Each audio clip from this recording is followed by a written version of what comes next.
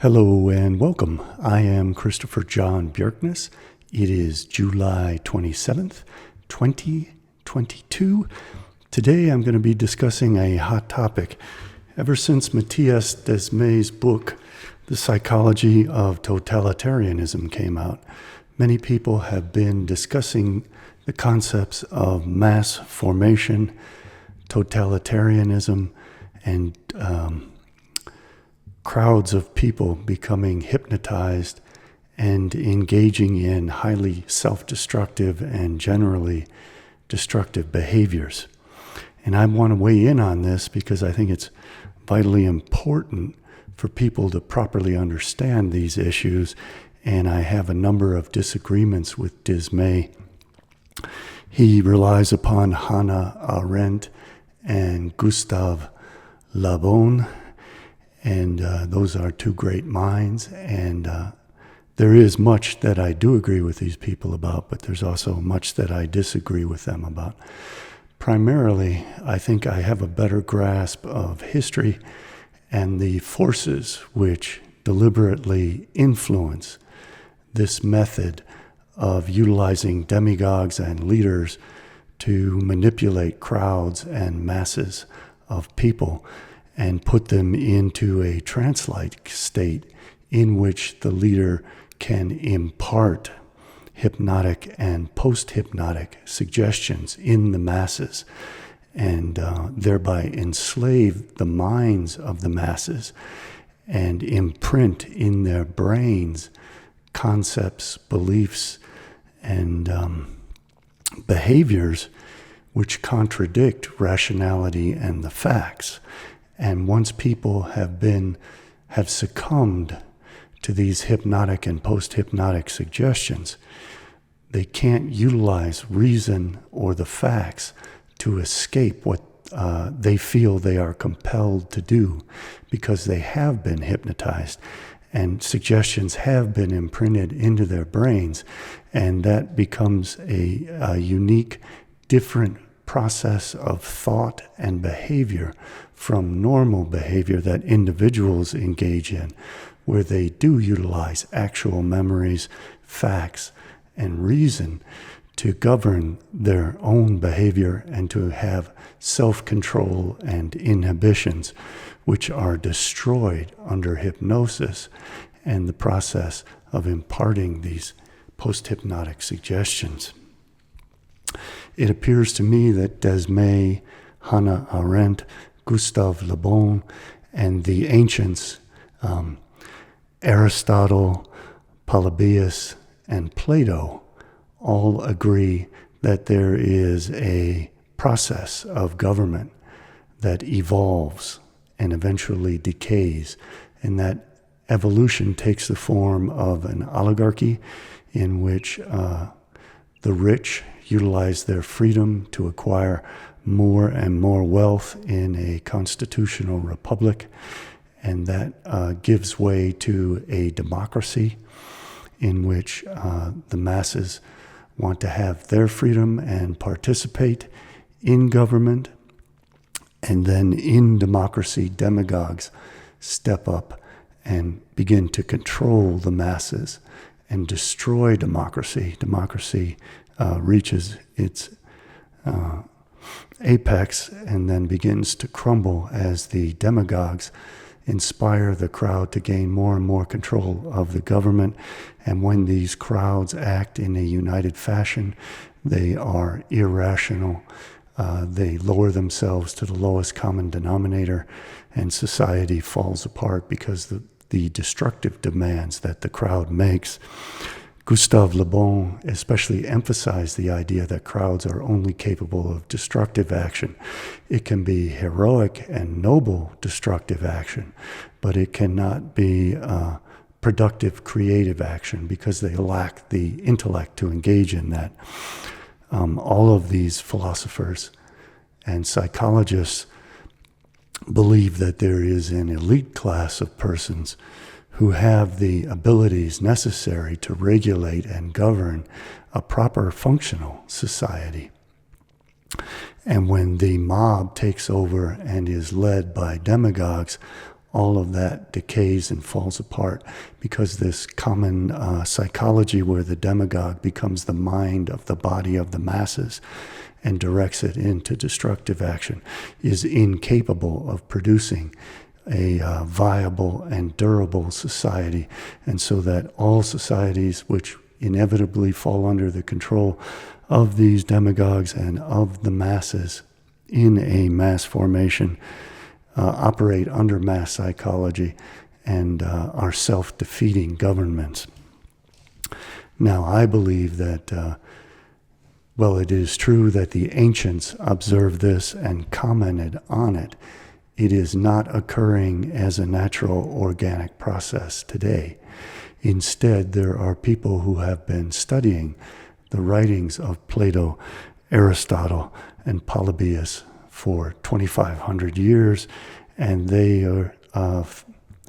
have engineered what is taking place today, and they deliberately cause these forces to enter in, because it was Plato who predicted that these forces would inevitably destroy society, and that is the goal of this class which is out to destroy society. Marx was one of them. Lenin, Trotsky, Hitler, and Trump have been manipulated by people who understand all of this ancient wisdom and know how to employ it deliberately. And that's primarily where I differ from Desmet. I don't think this is an inevitable organic process that arises from the masses being placed in isolation and feeling desperate and being alienated from one another. I think instead the isolation and alienation was deliberately created, and the demagogues who are present today have been schooled on how to manipulate the masses and become their leaders, hypnotize them, and impart hypnotic and post-hypnotic suggestions into their minds to enslave them, so that their mental faculties can no longer properly process information and cause them to engage in appropriate conduct and normal behavior. And instead, their minds have been programmed. They have effectively become robots who are forced through these suggestions to engage in self-destructive and generally destructive behavior. And another way that I want to expand upon this work is to point out the fact that internet influencers are also demagogues. And we have the QAnon movement, for example, or BLM, or Antifa, Proud Boys, the alt-right, Christian nationalists, white nationalists. All of these groups fall into this same pattern of engaging crowds with a leader who hypnotizes this crowd and imparts in the crowd's members these hypnotic suggestions, which then regulate their thinking. It creates hallucinations of false memories and a false history, and imparts multiple delusions in their minds, like Trump claiming that the election was stolen when all the evidence points to the fact that it was not. And since these are hypnotic suggestions, there is no way for people who believe these things to be reasoned with. They no longer have control over their minds. They are incapable of self-criticism or self-doubt because they are functioning under post-hypnotic suggestions. And they also are absolutely intolerant of any criticism of their beliefs or of their leaders. And Sigmund Freud pointed out how all of this manifests itself in this mass formation psychology. He called it Massenbildung, where people are hypnotized in crowds. They form one mind which is controlled by the leader, and the leader imparts in them these hypnotic suggestions, and that they simply cannot escape it. The only way to get them out of it is to have a different leader put them in a crowd situation and then impart in them a set of positive as opposed to destructive and negative hypnotic suggestions. And these can absolutely conform to logic and the facts and be reasonable. And that is, I believe, the political process that has to take place. We need to find a charismatic leader who can hold rallies as Donald Trump has done and get these crowds in the same frenzied state, and then imprint in their minds hypnotic and post-hypnotic suggestions which actually conform to the truth. Now, the crowd will, of course, be incapable of reasoning all this out and operating logically, but it is essentially one of the only ways to turn all of this around, which is why I'm trying to create a political movement to inspire some decent person with the abilities needed to throw their hat in the ring and run as an independent presidential candidate. And another thing I want to point out to people is the fact that comedians and satirists are another form of demagoguery. The mind, when crowds are gathered, when the audience forms around a comedian, enter into this same trance-like state of hypnosis. And laughter promotes it, clapping promotes it. People look at one another and nod in agreement, and the crowd becomes one mass. And it fits all of the conditions that Gustave Le Bon so acutely described in his work on crowd psychology. So I think comedians and satirists are also being schooled by the same people to become political demagogues and to place people into this hypnotic trance of being an audience that is very receptive to, they become increasingly impressionable and suggestible to hypnotic and post-hypnotic suggestions as they sit in the audience of a comedian, and they become a collective mind which can be manipulated by a trained and good comedian. And we see comedians like Bill Maher, Jon Stewart, Stephen Colbert, John Oliver, Samantha Bee, Seth Meyers, and those who appear on Saturday Night Live manipulating people with comedy as very highly effective demagogues. And what they say does not have to be rational. It doesn't have to be based on the facts. It doesn't have to be tested with logic, because people are in a state of mind in which they want to accept the absurd. So comedy is one of the most effective forms of demagoguery, and it has had a terrible influence on our modern society, promoting drugs, degeneracy, stepping away from educating your children, breaking down the family. All of these have been pushed by political demagogues posing as comedians and very successfully manipulating the masses. And, well, for a little comic relief, let me put you in a hypnotic trance and play a clip from the movie Svengali to open up your minds to the idea that comedians, people like Trump, influencers like Nick Fuentes have this ability to manipulate crowds. And religious leaders also do this. Religion is another form of demagogic mass hypnosis. And people who study religious texts and meditate, engage in contemplation, put themselves into a state of hypnosis where their mind becomes programmed with these religious hypnotic suggestions, and they cannot get out of it.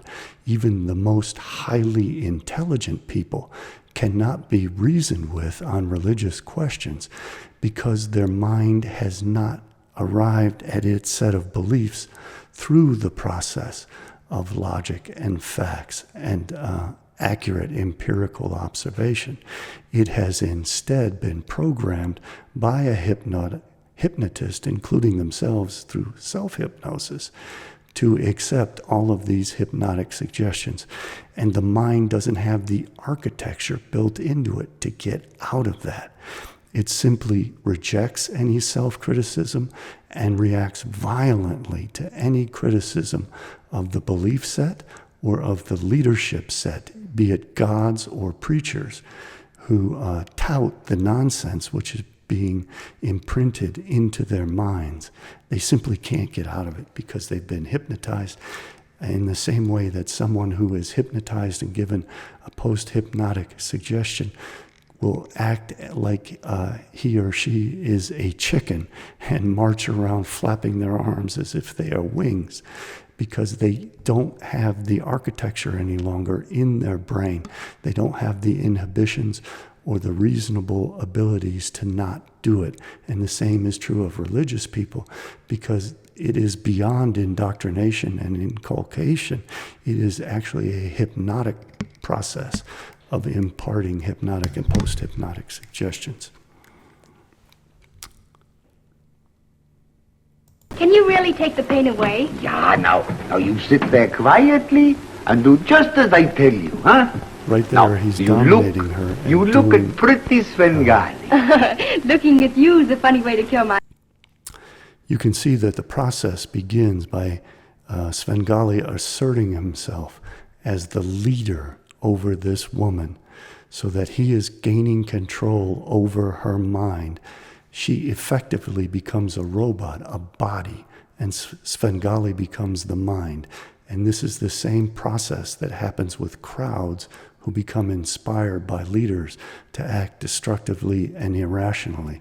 And their mind no longer has access to its reasonable facilities, its memories, and its access to facts.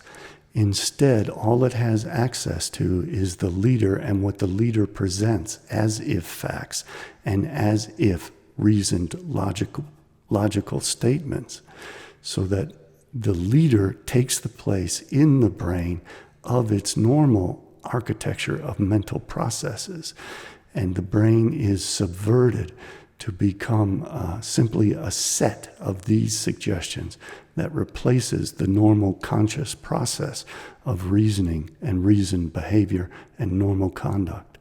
A headache, Svengali. Yeah, I know. Now, don't be afraid. Look me right in the eyes, Liebchen. And fear is another method that people use to hypnotize other people. Insurance salesmen, doctors, surgeons, lawyers, police, etc., and salesmen in general often try to create a fear and then present themselves as the guardian operating on behalf of the person who is being conned. Gold merchants do this all the time. They create a fear that the dollar is about to collapse, and they present themselves as the savior, hypnotize their audience with this fear into buying their gold as if the solution to relieve the anxiety of the fear. And this also becomes a hypnotic process, and the post-hypnotic suggestion is to buy into whatever the doctor is proposing as a treatment. After scaring people that they might have cancer, they can get them to take MRIs and all other kinds of examinations, which aren't necessarily called for, and make all kinds of money off of that. Lawyers can provoke people into fear and sucker them into utilizing their legal services and present themselves as if the savior and guardian, when in fact they're potentially doing harm to the people and certainly picking their pockets. Right in the eye. If you can really kill my head. Now look at that expression that comes over her countenance, her face. If you look at newsreels or movies about Hitler or of Hitler, you can see that women, especially women, but also men in the audience, often get that hypnotic stare The same is true in religious congregations when people like John Hagee and other charismatic evangelists speak, or when the Pope speaks. People enter into this hypnotic state where their brains cannot rationally resist the suggestions that the leaders are speaking, despite the fact that as a normal individual under normal conditions, they would never accept such proven historically incorrect nonsense and such things that contradict the laws of nature and the laws of physics. And things that are true are never taught in this way, but religion is taught through ceremonies and through an arbitrary totalitarian leader imposing his beliefs on the crowd. The congregation becomes a crowd and becomes subject to crowd psychology.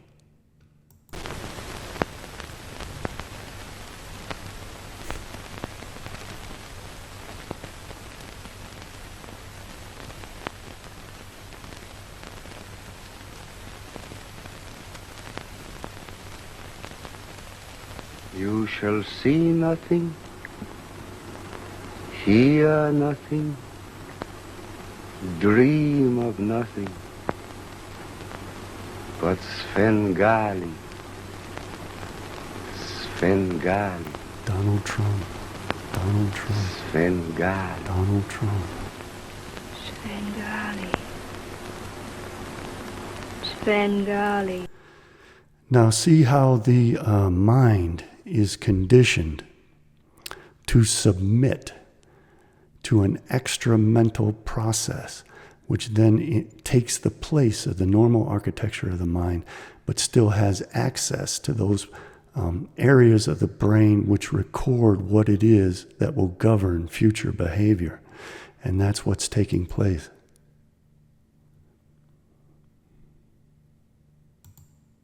Can you really take the pain away? Yeah, now you sit there quietly and do just as I tell you, huh? Now, you look at pretty Svengali. Looking at you is a funny way to cure my headache, Svengali. Yeah, I know. Now, don't be afraid. Look me right in the eyes, Liebchen. Right in the eye. If you can really cure my head.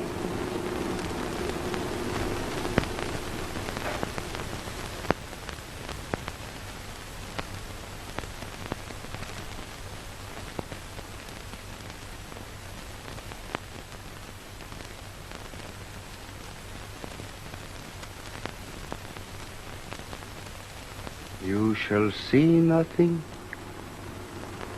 hear nothing, dream of nothing, but Svengali, Svengali, Svengali. Svengali. Svengali. Svengali. That is right, Liebchen. Now sleep. Sleep. Sleep.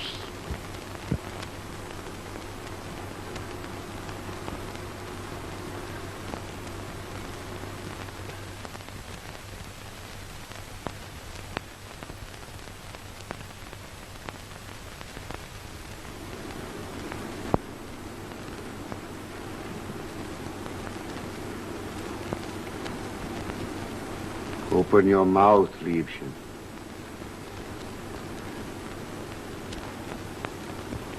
Wide. I was right. A soundboard like an angel. The roof of her mouth is like the dome of the Pantheon.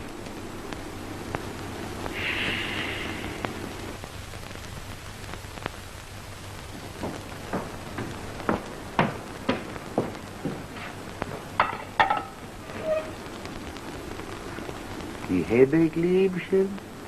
You go away. What's happening there?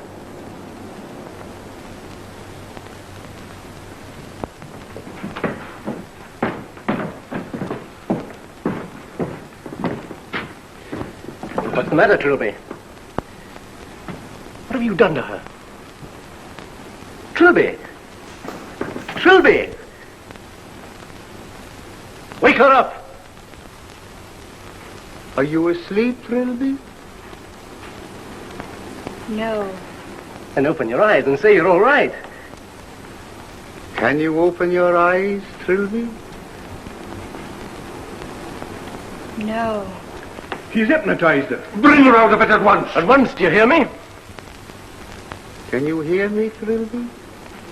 Yes. Then open your eyes. Why, what's happened? Are you all right? Why, yes. My headache's gone. How on earth did you do it? I told you, it is so easy. Oh.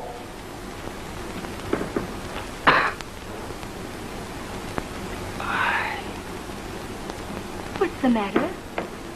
Huh? Your headache is here in my heart. Oh, I'm sorry. Ah, it's nothing. I will keep it as a souvenir. You with the pain in your heart. Come on. Pardon, Get away. gentlemen, no violence.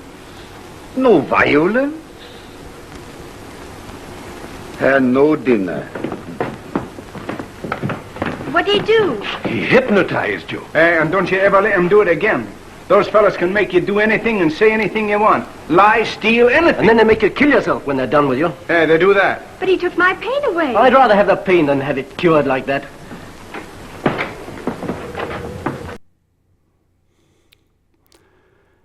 So that was Svengali.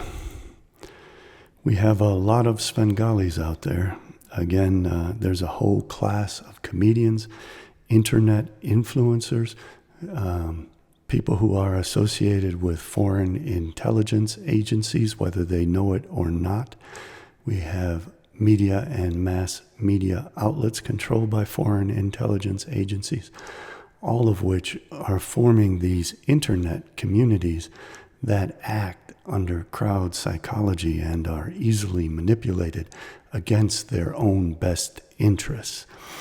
And I strongly disagree with everyone who is saying that this is happening spontaneously, organically, and natural as one of the processes of transfer of government that Plato discussed. Instead, I think Marx and others read Plato and were inspired to artificially create these conditions and artificially bring about the process that Plato forecast to serve their own ends in order to bring down all societies so that they could gain absolute control over people and enslave them.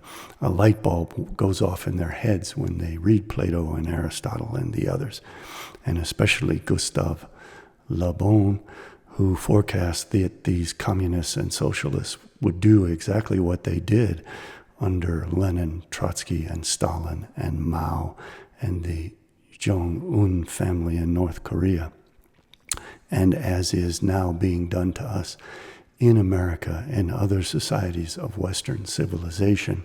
I don't think that it's happening naturally. I think it is being engineered and orchestrated. This is Gustave Le Bon. He was an extremely intelligent man who wrote about many subjects. He was a Renaissance man.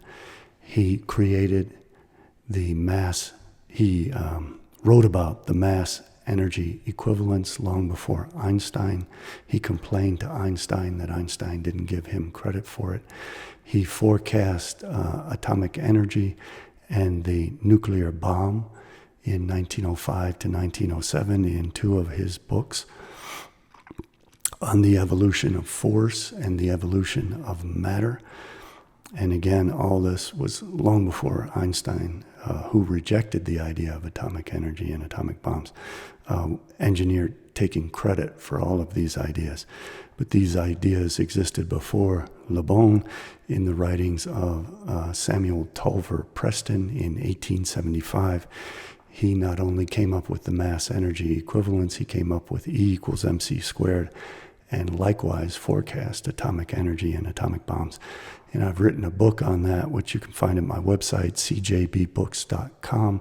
It'll be in the books page on that website, and it is about S. Tulver Preston.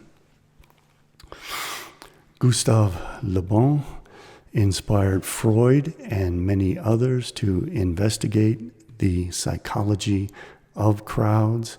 Again, all of this was understood by Plato and Aristotle, who had written about demagogues and the control of the mob, the hoi polloi, the great unwashed, the proletariat, the plebeians, the vulgar common masses, 2,400 years ago. But it was Le Bon who made a formal psychological study of the methods, and I'm sure that those methods became known to people like Erich Ludendorff, who helped put Hitler and Lenin into power. This was not a natural, organic decay of democratic societies or monarchies. It was instead engineered by people who were inspired by Le Bon. So in essence, his prophecies became self-fulfilling prophecies because he taught these people what it is that they had to do in order to destroy society and then exert their totalitarian authority over society.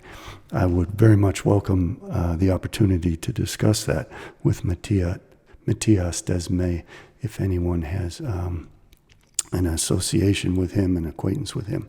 Please let him know. I think we could have a very productive discussion about this. Let's look at what it is that Le Bon actually said in his book. To give you a flavor, I have highlighted numerous passages from his book, which I will give me a moment to get to it.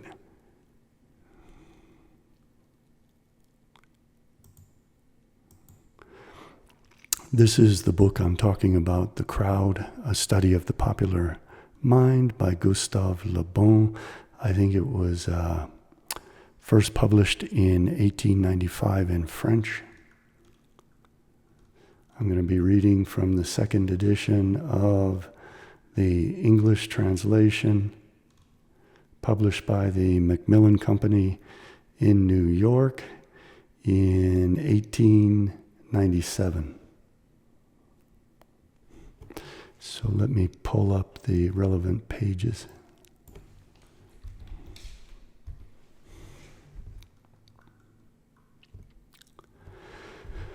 So far as the majority of their acts are considered, this being the crowd, and crowd is defined by him as any mass of people which gets together of two or more, in which their sense of individuality is replaced by their sense of being part of this group, part of this crowd. So far as the majority of their acts are considered, crowds display a singularly inferior mentality. Yet there are other acts in which they appear to be guided by those mysterious forces which the ancients denominated destiny, nature, or providence, which we call the voices of the dead, and whose power it is impossible to overlook, although we ignore their essence. It would seem at times as if there were latent forces in the inner being of nations which serve to guide them. This is all very Hegelian talk. Hegel proposed the idea that there is a supernatural mind which has a will that governs the history that then imparts in the minds of great men this divine will, And this divine will is experimenting with various forms of society through the medium of these great men like Napoleon. And then eventually history evolves into an ideal state, an absolute ideal state, which will end history. And I'm certain that Le Bon was influenced by that Hegelian conception when he wrote that paragraph.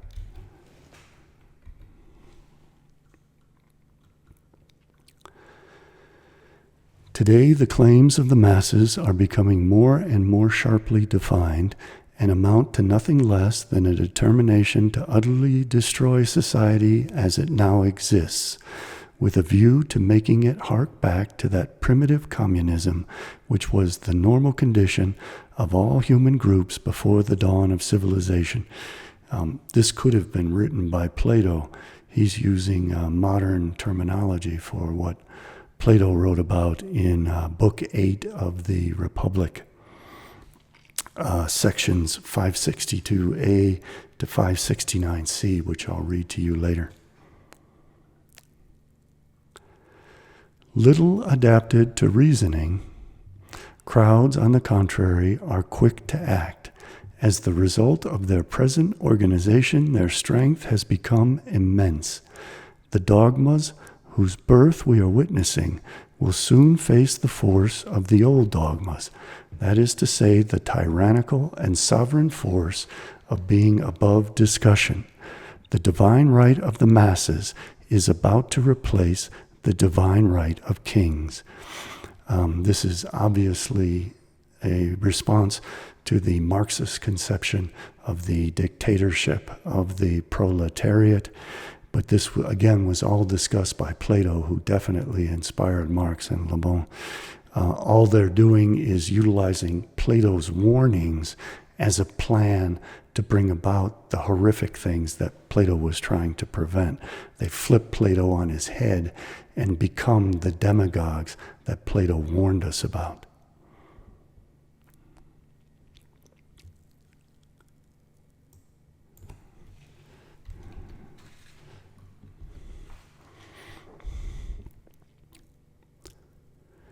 Certainly, it is possible that the advent of power of the masses marks one of the last stages of Western civilization, a complete return to those periods of confused anarchy which seem always destined to precede the birth of every new society.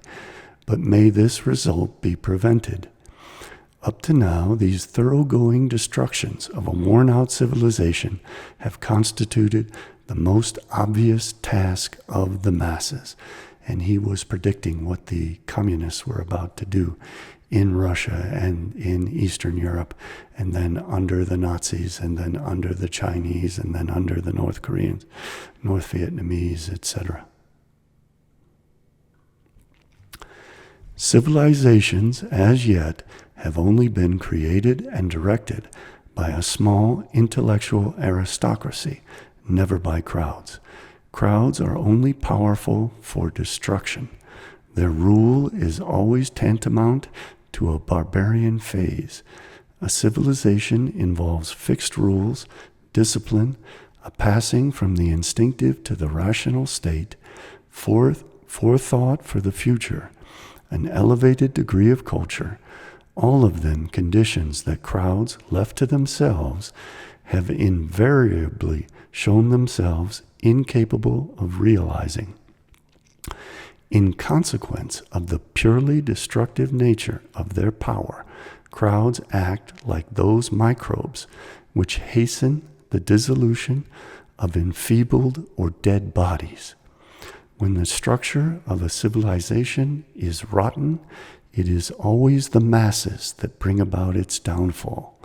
It is at such a juncture that their chief mission is plainly visible, and that for a while the philosophy of number seems the only philosophy of history. Is the same fate in store for our civilization?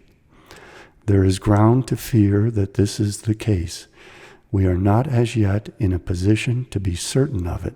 However this may be, we are bound to resign ourselves to the reign of the masses, since want of foresight has in succession overthrown all the barriers that might have kept the crowd in check. Again, he is ignoring the fact that this was all engineered by higher powers, international bankers and others who financed all of these demagogues and socialists who wanted to bring about this destruction of civilization in the full awareness of what Plato, Aristotle, and Polybius had forecast. They simply utilized those forecasts as their own plans to deliberately bring about these forces, because what Plato said was highly rational and made perfect sense. If they could hire on these demagogues and put the masses into such an agitated state that they would be vulnerable to the hypnotic and post-hypnotic suggestions of these demagogues, then they could take over the state and destroy it. Again, it didn't happen organically or spontaneously. It was planned, engineered, and instigated deliberately by these forces. It is only by obtaining some sort of insight into the psychology of crowds that it can be understood how slight is the action upon them of laws and institutions, how powerlessly they are to hold any opinions other than those which are imposed upon them, and that it is not with rules based on theories of pure equity that they are to be led, but by seeking what produces an impression on them and what seduces them. Now, psychologists have been studying this at least since Le Bon and with Freud, and we now have the highly advanced technologies of neuro-linguistic programming. We have demagogues like Barack Obama and Donald Trump who are highly skilled at manipulating people with neuro-linguistic programming. The way that Obama would pause in his speech is part of neuro-linguistic programming. Many people have written about that. I suggest you look into it if it's of interest to you. But I bring that up to point out the fact that this is not spontaneous, organic, or natural. It's entirely artificial and entirely engineered.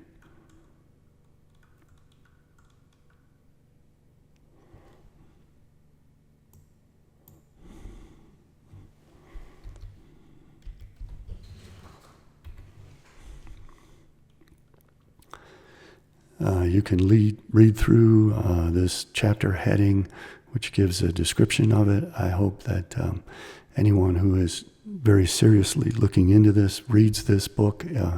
It was a groundbreaking foundational book. It's much better than anything Freud wrote, and I think it will give you many insights into what's happening today with people like Trump, with the comedian class of demagogues, with the QAnon movement, with BLM, Antifa, the white nationalists, the Christian nationalists, etc. All of this is being well funded and directed by the same powers that want to tear down our society, the same powers that tore down Russian society, so that they could have the Russian Revolution and put Lenin, Trotsky, and Stalin in power, the same forces that created the Weimar Republic and then installed Hitler into power so that he could destroy Europe, etc. The leaders of crowds, as soon as a certain number of living beings are gathered together, whether they be animals or men, they place themselves instinctively under the authority of a chief. Again, that's pure Plato, pure Aristotle. In the case of human crowds, the chief is often nothing more than a ringleader or agitator, but as such, he plays a considerable part. His will is the nucleus around which the opinions of the crowd are grouped and attain to identity. Now, these are the important psychological aspects that Le Bon and then Freud got into. And one of the significant things that Freud discussed is the idea that the leader takes the place as the ideal ego of the group. The leader becomes the self of the group and the governing mind over the greater organism of the larger body of the group. He constitutes the first element towards the organization of heterogeneous crowds, and paves the way for their organization in sects. In the meantime, he directs them. A crowd is a servile flock that is incapable of ever doing without a master. They cannot think for themselves. They will defend their master violently.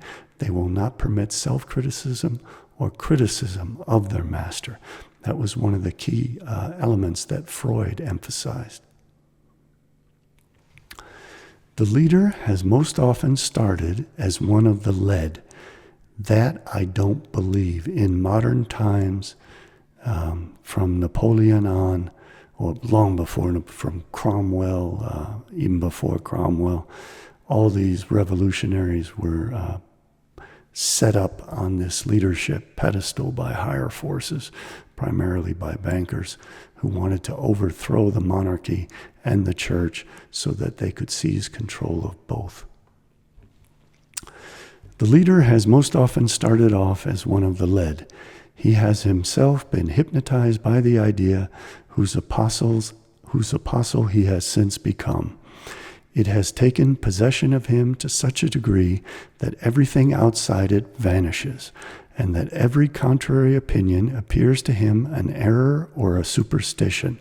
Think of the Trump people, how this fits exactly with QAnon people and with the mega crowd, how they have been hypnotized by Trump to accept everything, all the lies he's told, and to reject everything that's factually correct, demonstrably true, as if superstition, error, or propaganda put out by forces out to destroy their magnetic leader, their charismatic leader, Trump. An example in point is Robespierre, hypnotized by the philosophical ideas of Rousseau and employing the methods of the Inquisition to propagate them. The leaders we speak of are more frequently men of action than thinkers. There was also many great French satirists were demagogues. Rabelais comes to mind. They utilized their satirism to hypnotize people and to oppose the state. And it doesn't always have to be a destructive force. It can be constructive, which is another thing that I disagree with Le Bon about. They are not gifted with keen foresight, nor could they be, as this quality generally conduces to doubt and inactivity.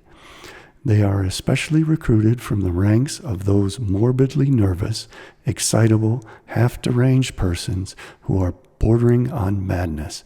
That sounds a lot like Hitler, Lenin, Trotsky, Mao, and Stalin, and Kaganovich, and Yagoda, and etc. However absurd may be the idea they uphold or the goal they pursue, their convictions are so strong that all reasoning is lost upon them. Contempt and persecution do not affect them or only serve to excite them the more. Think of the mega crowd. They sacrifice their personal interest, their family, everything. Think of January 6th and the storming of the Capitol. The very instinct of self-preservation is entirely obliterated in them, and so much so that often the only recompense they solicit is that of martyrdom.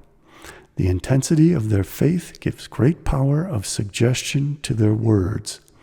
The multitude is always ready to listen to the strong-willed men who knows how to impose himself, strong-willed man who knows how to impose himself upon it. Men gathered in a crowd lose all force of will, and turn instinctively to the person who possesses the quality they lack. This also manifests itself in Christianity, Islam, and Judaism. The Prophet Muhammad becomes the leader who imparts hypnotic suggestion into people through the Quran. Jesus Christ becomes the leader. Muhammad and Christ cannot be criticized. Anything which contradicts the hypnotic suggestions is labeled blasphemy. There is a violent reaction. There is an emotional reaction. The mind of the religious cannot react logically, cannot base its arguments on fact, but instead is forced to comply with the hypnotic suggestions that leadership has imparted into that mind.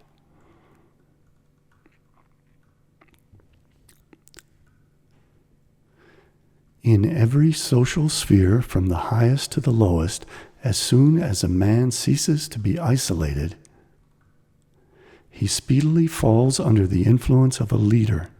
The majority of men, especially among the masses, do not possess clear and reasoned ideas on any subject whatever outside their own speciality. The leader serves them as guide.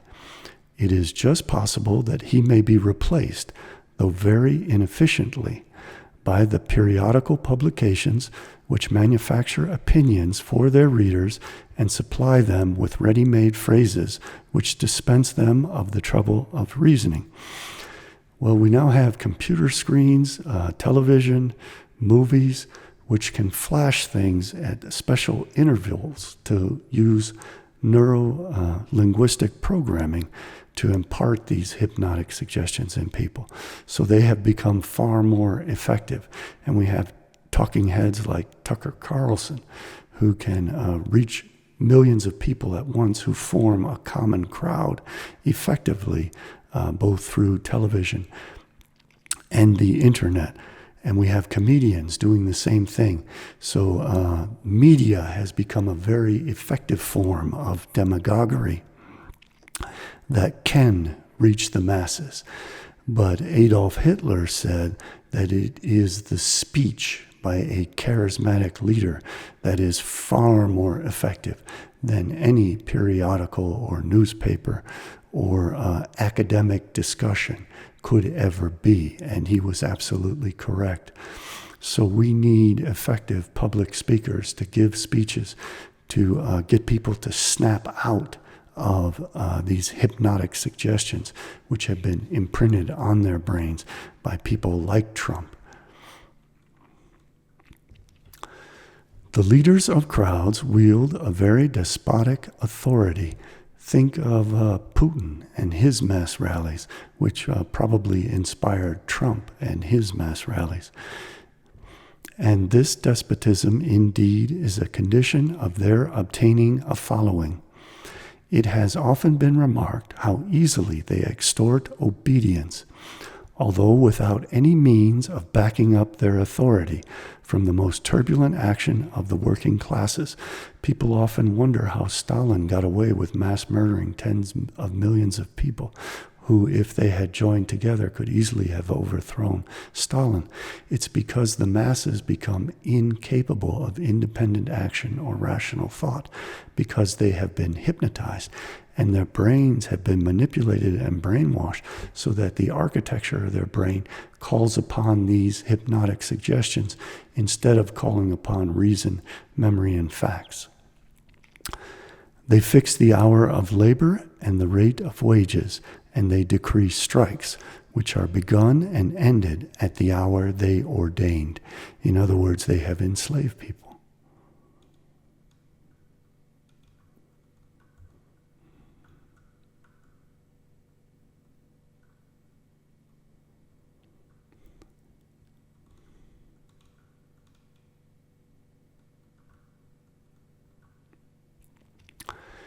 The means of action of the leaders: affirmation, repetition, contagion. Contagion is an interesting concept. It's where one individual influences another until they all form a group mind.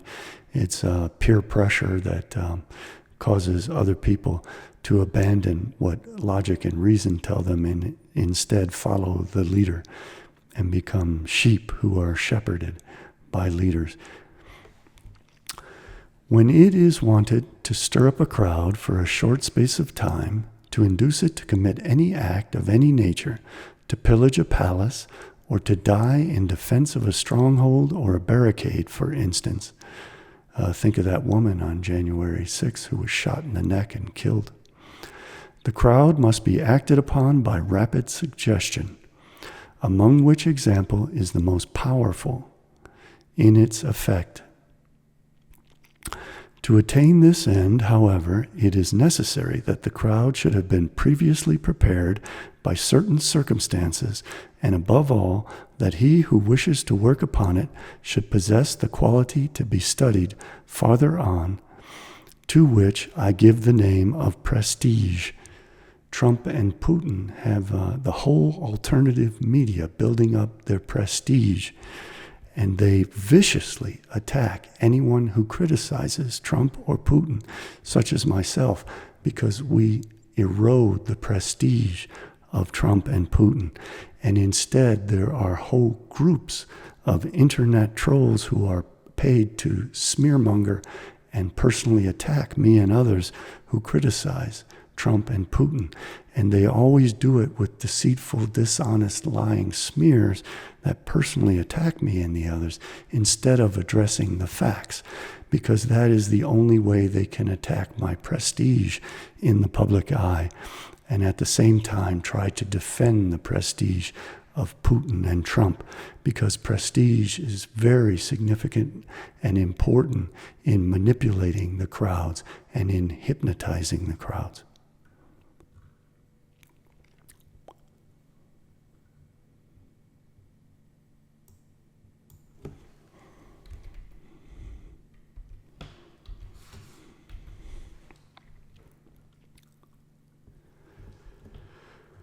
With the progressive perishing of its ideal, the race loses more and more the qualities that lent it its cohesion, its unity, and its strength.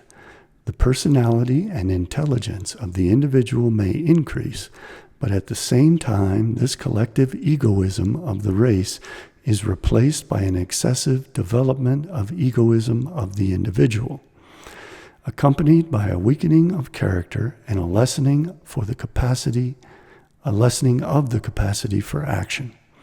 What constituted a people, a unity, a whole, becomes in the end an agglomeration of individualities lacking cohesion and artificially held together for a time by its traditions and institutions. And the communists have been destroying all of our traditions and institutions so that they can weaken our society in preparation for fulfilling what Le Bon and Plato and Aristotle asserted was a natural process. They either want to accelerate that process or artificially manifest it.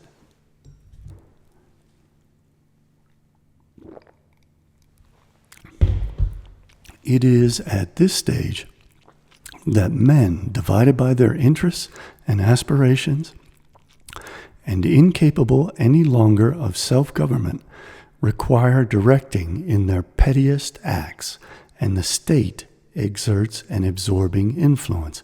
That's what the Marxists want to create, is a nanny state where people cannot act as individuals for their own benefit and secure their self-interest and self-sovereignty and self-determination. With the definite loss of its old ideal, the genius of the race entirely disappears. It is a mere swarm of isolated individuals and returns to its original state, that of a crowd. This atomization is brought about by turning homogeneous societies into heterogeneous societies, and then criticizing the history, the traditions of what was once the majority indigenous population, and instead leaving the entire society without any cohesion so that everyone becomes individualized. The crypto-communist libertarian movement and Ayn Rand's objectivism produce the same effect of creating individualism and destroying all of the national heritage and national traditions. And these vicious people do it in the name of patriotism and preserving all of that which they are deliberately destroying. And you'll notice that libertarians have been hypnotized and indoctrinated with these beliefs and cannot think rationally or escape all of the mythologies which these subversives who were sent over by the Trust, by the Soviet Union, in characters like Ayn Rand, and then again with the bankers and the Rockefellers who founded the libertarian movement, they can't escape all of these mythologies which have become religious beliefs for them and engage in rational thought as to what is in the best interests of the society in the long term. Its civilization is now without stability and at the mercy of every chance. The populace is sovereign, and the tide of barbarism mounts. In the case of the libertarians, it forms an oligarchy where the wealthy have every advantage over the citizens, and the Constitution prohibits the citizens from acting collectively to defend themselves from the extremely wealthy oligarchs who corrupt all of the politicians to forward their own interests, which are antagonistic to the society and to the nation. And it ultimately produces the collapse of the nation, which is what is unfortunately happening to America today. But we can turn this process around, hopefully by my teaching you how all this has been engineered and how these forces are programmed to work against us. We can reverse this process and save ourselves. The civilization may still seem brilliant because it possesses an outward front, but the work of a long past, but it is in reality an edifice crumbling to ruin, which nothing supports and destined to fall in at the first storm. I would assert that the exact opposite is the case in America. We have withstood a number of calamities and directed attacks against us amazingly well, and we could rapidly pull ourselves out of this and utilize science and technology to save ourselves from all of this destruction. Instead, what they're trying to do is turn us against science and technology to become like the Amish primitive people, these barbarians that they want to form into a mass of communists that are nihilistic and will destroy all of our traditions and history and completely ruin us and leave us vulnerable to hostile foreign armies. And that's what's going on. We have to stop that. To pass in pursuit of an ideal from the barbarous to the civilized state, and then, when this ideal has lost its virtue, to decline and die. Such is the cycle of the life of a people. I strongly reject that, and that's based on Platonism, which asserts that all of this is fatalistic and inevitable. At least Hegel worked the opposite way and said that history would lead to an evolutionary process that would produce an ideal absolute state that could create a utopic life for people. I don't think we're going to arrive at a utopia, but I do think we can stop this nihilism, this destruction of our society, which is deliberately taking place.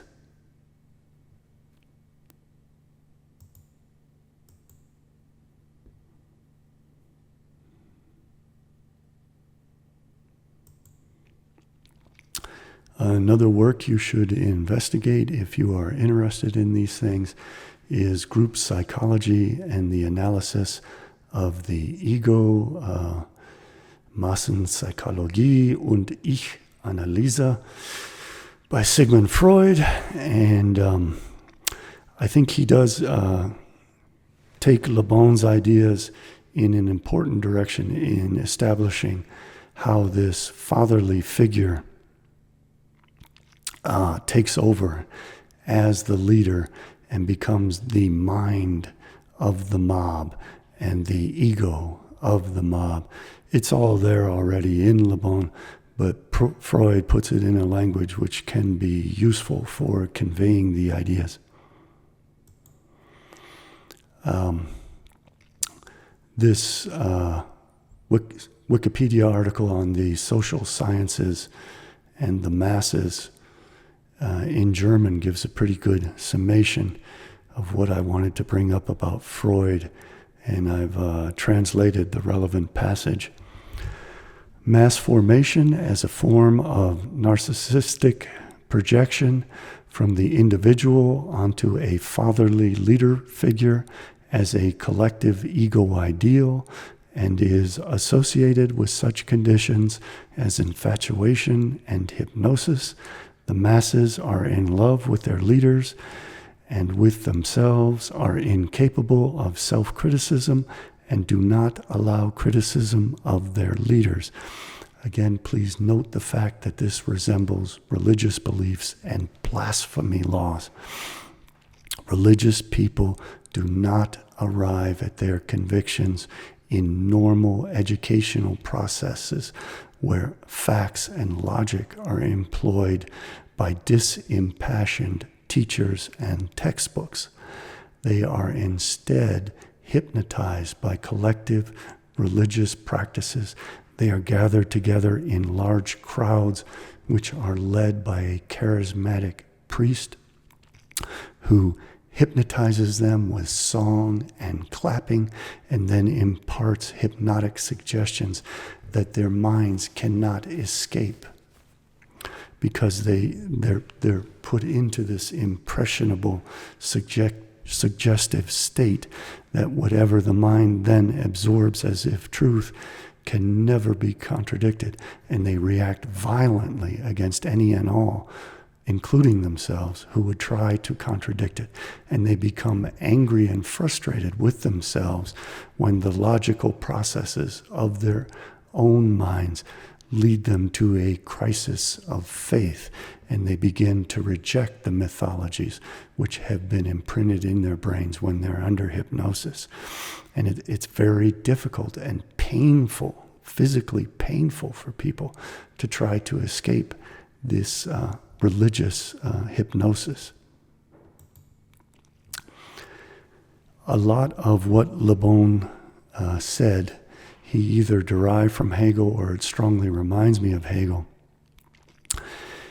Hegel drew upon the Orphic mythologies of the Greeks and again upon the philosophy of Plato to assert that there is a Weltseele, a universal soul.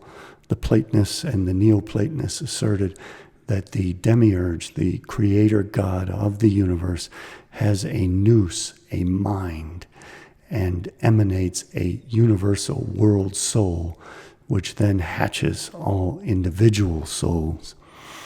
And Hegel puts this into the Germanic language with Germanic conceptions as the Weltseele, the universal soul, the world soul, the Weltgeist, the universal spirit or ghost, and the Volksgeist, which is the national spirit or the spirit of the people, and the Zeitgeist, which is the spirit of the time. As in Plato, the first intellect has a divine will, and it manifests itself through the creator god, the demiurge, to create a world spirit whereby human beings are a part of this universal soul as their individual soul. And especially inspired are great leaders who dominate the masses and then impart the divine will through their own will as the leaders upon the mob, upon society, the masses. And that this becomes a historical force and a historical process. Not that history drives great men, but that great men who have the divine will imparted into them drive history and create history. And it becomes an evolutionary process. And these divine leaders inspire the zeitgeist, which is now being called the mass formation. Again, these are not new ideas, and they all derive originally from Plato and the Greeks and the Orphic mystery religions. And this zeitgeist then becomes a creative force, a demiurge of this mass formation. And Le Bon urged the idea that this force is always destructive, even when it engages in heroic and glorious efforts, because the individuals are degraded even further from their low state as the common vulgar people when they enter into a mass, because their brains have been turned off. Just like that woman who was hypnotized by Svengali. She could hear nothing, see nothing, and know nothing. She had no knowledge.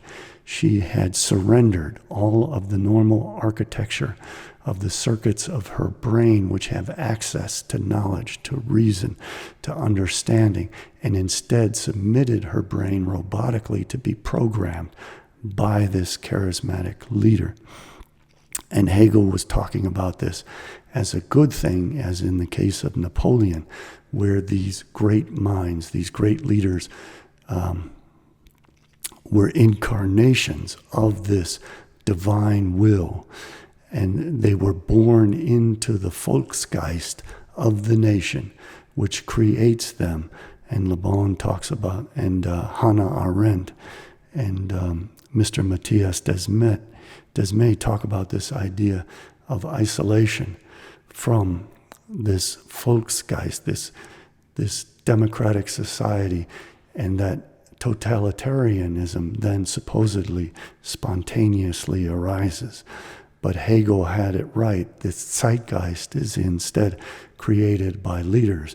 But where Hegel got it wrong, and I'm sure he knew this because he was an Illuminist and a Freemason and knew who was directing these movements, that these great men were not spontaneously, organically erupting from the zeitgeist and guiding the zeitgeist, and were not produced by the Volksgeist, but were instead inspired by elements in society, foreign elements, which were hostile, completely hostile to the Volksgeist, and wanted to destroy it so that they could create a new zeitgeist of nihilism, which would destroy everything.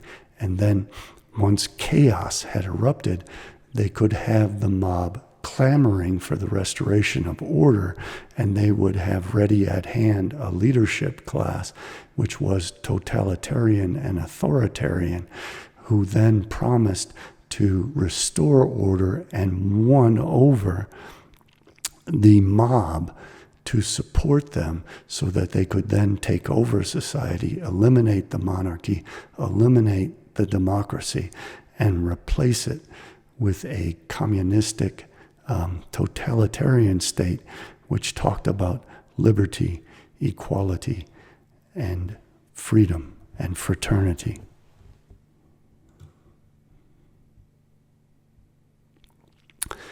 Let's go to Plato now, and I will read extensively from Plato, Aristotle, and Polybius to demonstrate that all of these ideas are not new, and that the misunderstanding that this is happening organically and inevitably derives from reliance upon the philosophy of these Greeks.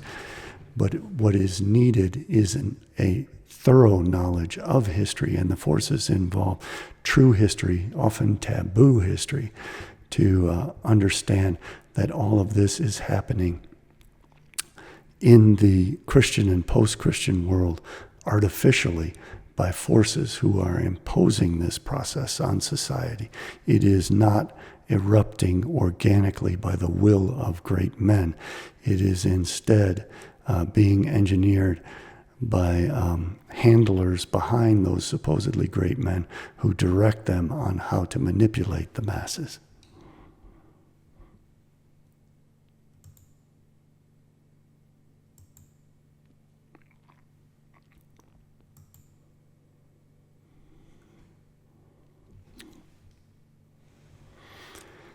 I'm going to be reading from Plato's Republic, Book 8, sections 562a to 569c. It is a long series of passages, but I think it's very important for any serious student of what is happening today in our world to understand how Plato's insights were turned on their head by Marx and the communists to utilize as a weapon against democracy and against monarchy, so that the society would destroy itself as a destructive mob. Beginning at 562a of Book 8 of Plato's Republic. Let him then be set over against democracy. He may truly be called the democratic man. Let that be his place, he said. Last of all comes the most beautiful of all, man and state alike, tyranny and the tyrant. These we have now to consider. Quite true, he said. Say then, my friend, in what manner does tyranny arise? This is very important for everyone to understand, because tyranny is arising, and they are utilizing Plato's wisdom and philosophy to deliberately manufacture tyranny, and we can stop them. We can prevent them from enslaving us, and we need to reach the minds of the masses who are being hypnotized and neuro-linguistically programmed to accept their own destruction. And self-defeating and self-destructive beliefs are being imposed on people through hypnotic and post-hypnotic suggestion. Say then, my friend, in what manner does tyranny arise? That it has a democratic origin is evident, clearly. And does not tyranny spring from democracy, in the same manner as democracy from oligarchy? I mean, after a sort, how? The good which oligarchy proposed to itself and the means by which it was maintained was excess of wealth. Am I not right? Yes. And the insatiable desire of wealth and the neglect of all other things for the sake of money getting was also the ruin of oligarchy. True. And democracy has her own good, of which the insatiable desire brings her to dissolution. What good? Freedom, I replied, which, as they tell you, in a democracy is the glory of the state, and that therefore in a democracy alone will the free man of nature deign to dwell. Yes, the saying is in everybody's mouth. I was going to observe that the insatiable desire of this and the neglect of other things introduces the change in democracy, which occasions a demand for tyranny. They create the demand for tyranny by creating chaos, and then the public clamors for the restoration of order, and a tyrant steps forward in a totalitarian state to restore order by stripping everyone of their freedom. And this happened with Cromwell. This happened with Napoleon. Cromwell after the English Revolution, Napoleon after the French Revolution, Lenin and Trotsky after Kerensky and the Russian Revolution became the Bolshevik Revolution, Hitler after the Weimar Republic brought Germany into chaos, and now America is being brought into chaos, so that we will clamor for a tyrannical dictator in a totalitarian state to restore order and then hand us over to the Soviet Russians and the Communist Chinese. I was going to observe that the insatiable desire of this and the neglect of other things introduces the change in democracy, which occasions a demand for tyranny. How so?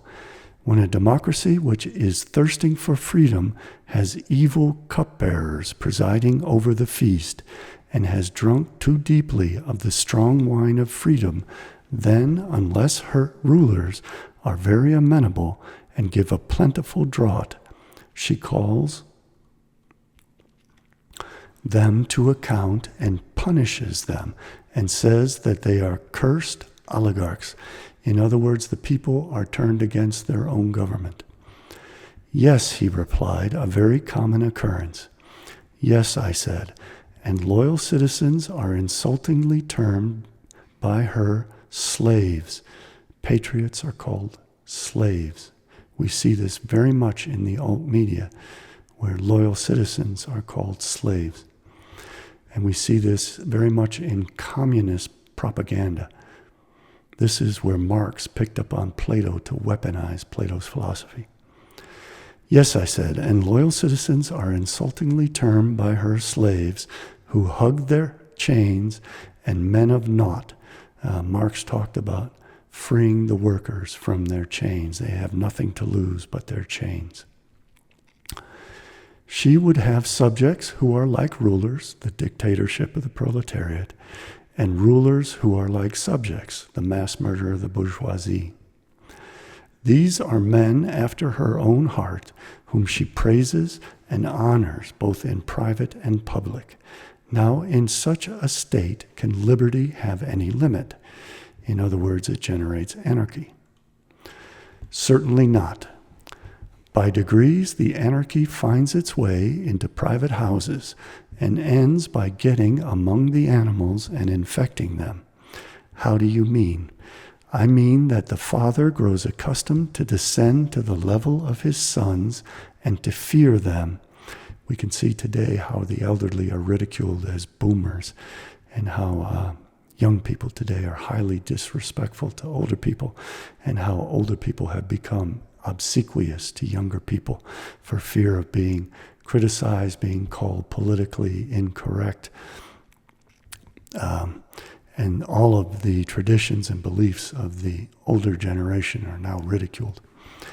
And the son is on a level with his father, he having no respect or reverence for either of his parents. And this is his freedom. And the metic is equal with the citizen, and the citizen with the metic. And the stranger is quite as good as either. And we see that we have open borders, and people are allowed to break our laws and enter into our country, and they're even trying to give them the rights of citizenship of voting, which in effect disenfranchises the citizenry. Yes, he said, that is the way. And these are not the only evils, I said. There are several lesser ones. In such a state of society, the master fears and flatters his scholars, and the scholars despise their masters and tutors. In other words, the student disrespects his teachers. Young and old are all alike, and the young man is on a level with the old and is ready to compete with him in word and deed. And old men condescend to the young and are full of pleasantry and gaiety. They are loath to be thought morose and authoritative, and therefore they adopt the manners of the young. We see people over 40 acting like children and pretending that the misbehavior of young people is appropriate and proper, and going along with the complete destruction of our culture, our heritage, and our traditions with smiles on their faces, because they are afraid of being perceived to be bearers of the old ways of our civilization, which preserved our civilization for thousands of years.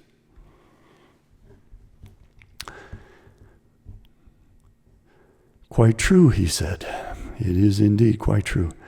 The last example of popular liberty is when the slave, bought with money, whether male or female, is just as free as his or her purchaser. That has been replaced by people immigrating illegally into our nations and then being given the rights and benefits and privileges of citizenry, having access to our schools, getting our free education and burdening our taxpayers and changing our culture and eroding our heritage and our society. Nor must I forget to tell of the liberty and equality of the two sexes in relation to each other. Why not, as Aeschylus says, utter the word which rises to our lips? That is what I am doing, I replied, and I must add that no one who does not know would believe how much greater is the liberty which the animals, who are under the dominion of man, have in a democracy than in any other state. For truly the she-dogs, as the proverb says, are as good as their she-mistresses, and the horses and asses and horses' asses have a way of marching along with all the rights and dignities of freemen, and they will run at anybody who comes in their way if he does not leave the road clear for them, and all things are just ready to burst with liberty. Again, the illegal immigrants no longer fear the police, not that I strip them of their human dignity and liken them to animals. When I take a country walk, he said, I often experience what you described. You and I have dreamed the same thing. Above all, I said, and as a result of all, see how sensitive the citizens become. They chafe impatiently at the least touch of authority, and at length, as you know, they cease to care even for the laws, written or unwritten. They will have no one over them. Think of defund the police, BLM, and Antifa. Yes, he said, I know it too well. Such, my friend, I said, is the fair and glorious beginning out of which springs tyranny. That's very important to understand. All of this chaos is deliberately being wrought so that eventually it will be replaced by absolute tyranny, and a tyranny which is genocidal, which will exterminate us. Glorious indeed, he said, but what is the next step? The ruin of oligarchy is the ruin of democracy, the same disease magnified and intensified by liberty overmasters democracy. The truth being that the excessive increase of anything often causes a reaction in the opposite direction. And this is the case not only in the seasons and in vegetable and animal life, but above all in forms of government. True, the excess of liberty, whether in states or individuals, seems only to pass into excess of slavery. Benjamin Franklin talked a lot about that. Yes, the natural order, and so tyranny naturally arises out of democracy, and the most aggravated form of tyranny and slavery out of the most extreme form of liberty, as we might expect. That, however, was not, as I believe, your question.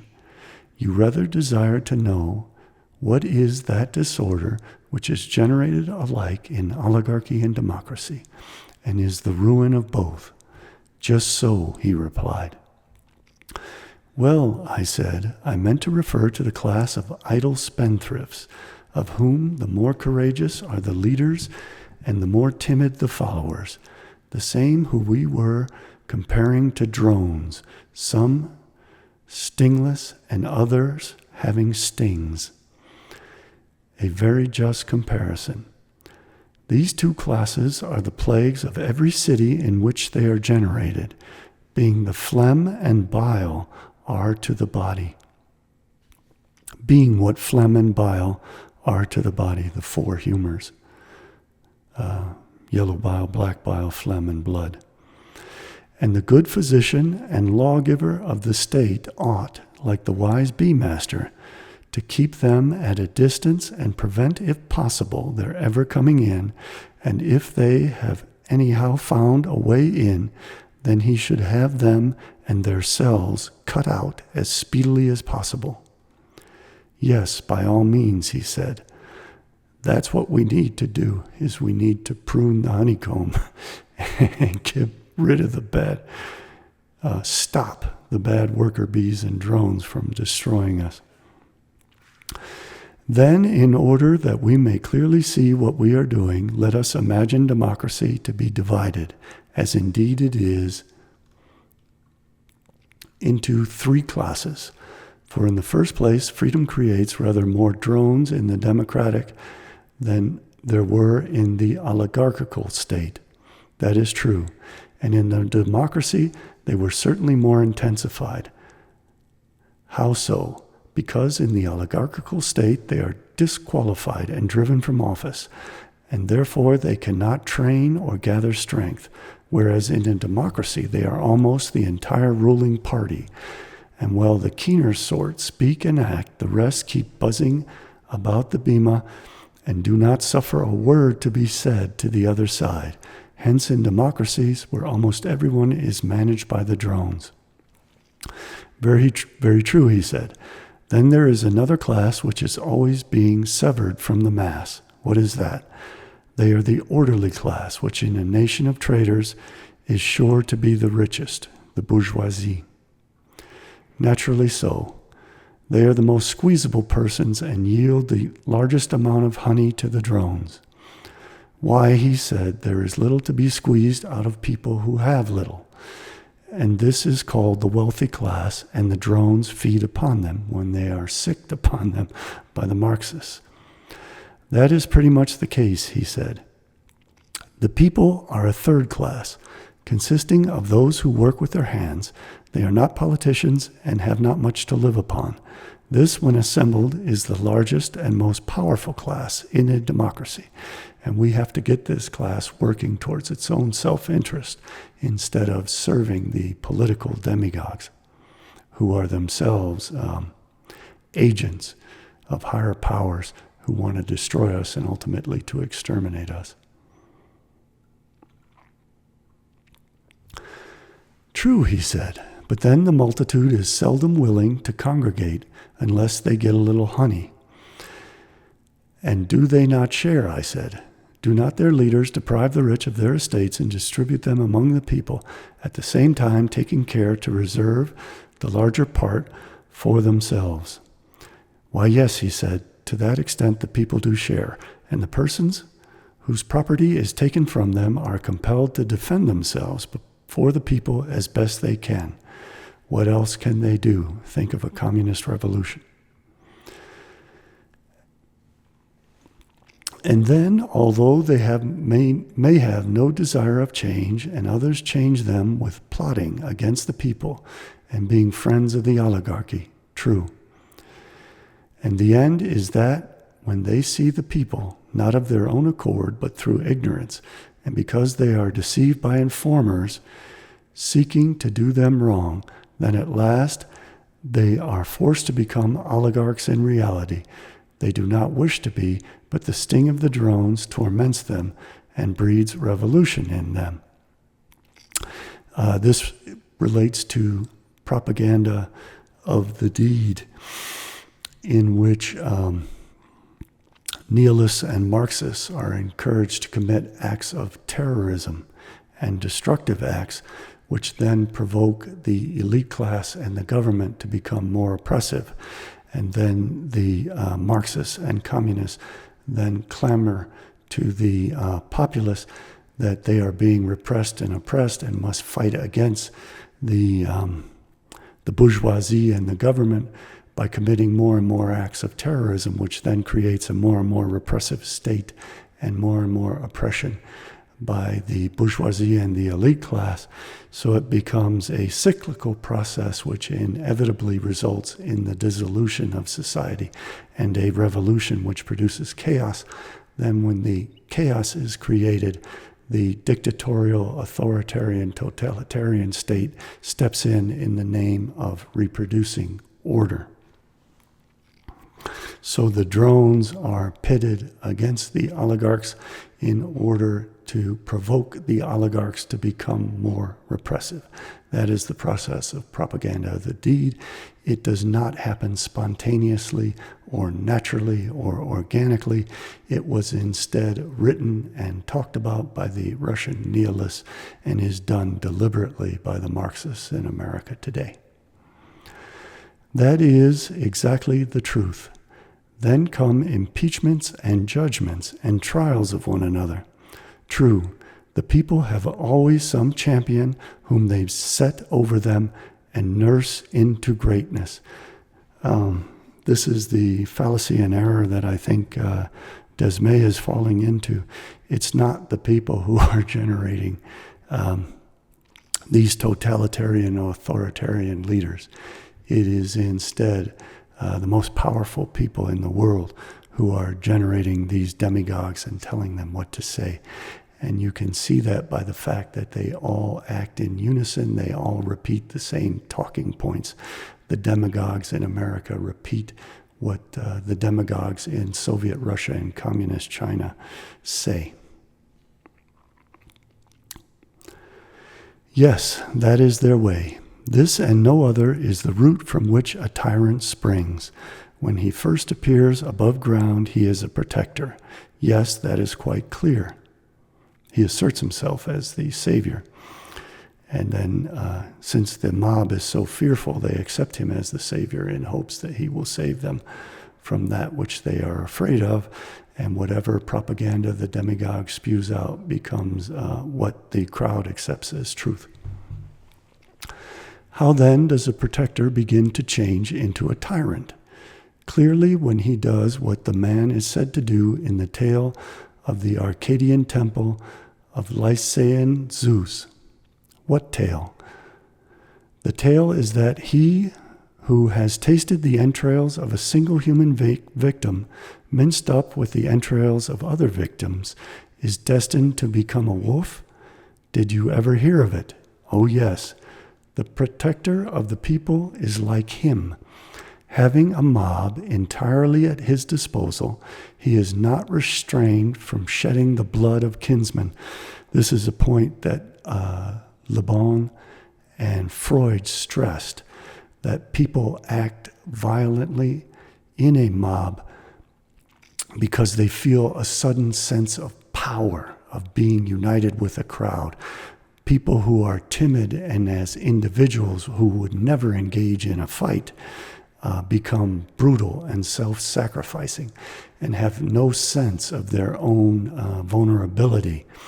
And Le Bon and Freud noted this in mobs, that people like, I'm going to get criticized for saying this, but short of stature women who climb into an SUV or pick up a semi-automatic pistol suddenly have a sense of equality and power with even the strongest men, and they become drunk with this sudden sense of power and are prone to abuse it. The same happens in mobs. People gain this sudden strength, this overwhelming sense of power of being part of this massive force. Same happens with soldiers in armies. And they often end up dead because they have no sense of their own vulnerability. Once again, they are programmed robots who do not act in their own self-interest based upon rational principles and facts. They are instead told what to do. They are slaves. By the favorite method of false accusation, he brings them into court and murders them, making the life of man to disappear, and with unholy tongue and lips tasting the blood of his fellow citizens. Some he kills and others he banishes, at the same time hinting at the abolition of debts and partition of lands. And after this, what will be his destiny? Must he not either perish at the hands of his enemies, or from being a man become a wolf, that is, a tyrant? Inevitably. This, I said, is he who begins to make a party against the rich. The same. It's the Marxist. After a while, he is driven out, but comes back, in spite of his enemies, a tyrant full grown. Lenin immediately became an absolute tyrant. Hitler immediately became an absolute tyrant. Cromwell became a tyrant. Napoleon became a tyrant. This is not only predictable, it was predicted by Plato, and it is done deliberately by those who stood behind those dictators. And if they are unable to expel him or to get him condemned to death by a public accusation, they conspire to assassinate him. Yes, he said, that is their usual way. Then comes the famous request for a bodyguard. The device of all those who have got thus far in their tyrannical career. Let not the people's friend, as they say, be lost to them. Exactly. The people readily assent. All their fears are for him. They have none for themselves. Again, they become very self-sacrificing for their leader, and they won't permit any criticism of their leader. Very true. And when a man who is wealthy and is also accused of being an enemy of the people sees this, then, my friend, as the oracle said to Croesus, by pebbly Hermus, sure he flees and rests not, and is not ashamed to be a coward. And quite right true, said he, for if he were, he would never be ashamed again. But if he is caught, he dies, of course, and he, the protector of whom we spoke, is to be seen not larding the plain with his bulk, but himself the overthrower of many, standing up in the chariot of state with the reins in his hand, no longer protector, but tyrant absolute. No doubt, he said. And now let us consider the happiness of the man, and also of the state in which a creature like him is generated. Yes, he said, let us consider that. At first, in the earliest days of his power, he is full of smiles, and he salutes every one whom he meets. He to be called a tyrant who is making promises in public and also in private, liberating debtors and distributing land to the people and his followers, and wanting to be so kind and good to everyone. Think about Joe Biden. Of course, he said, but when he has disposed of foreign enemies by conquest or treaty, and there is nothing to fear from them, then he is always stirring up some war or other in order that the people may require a leader.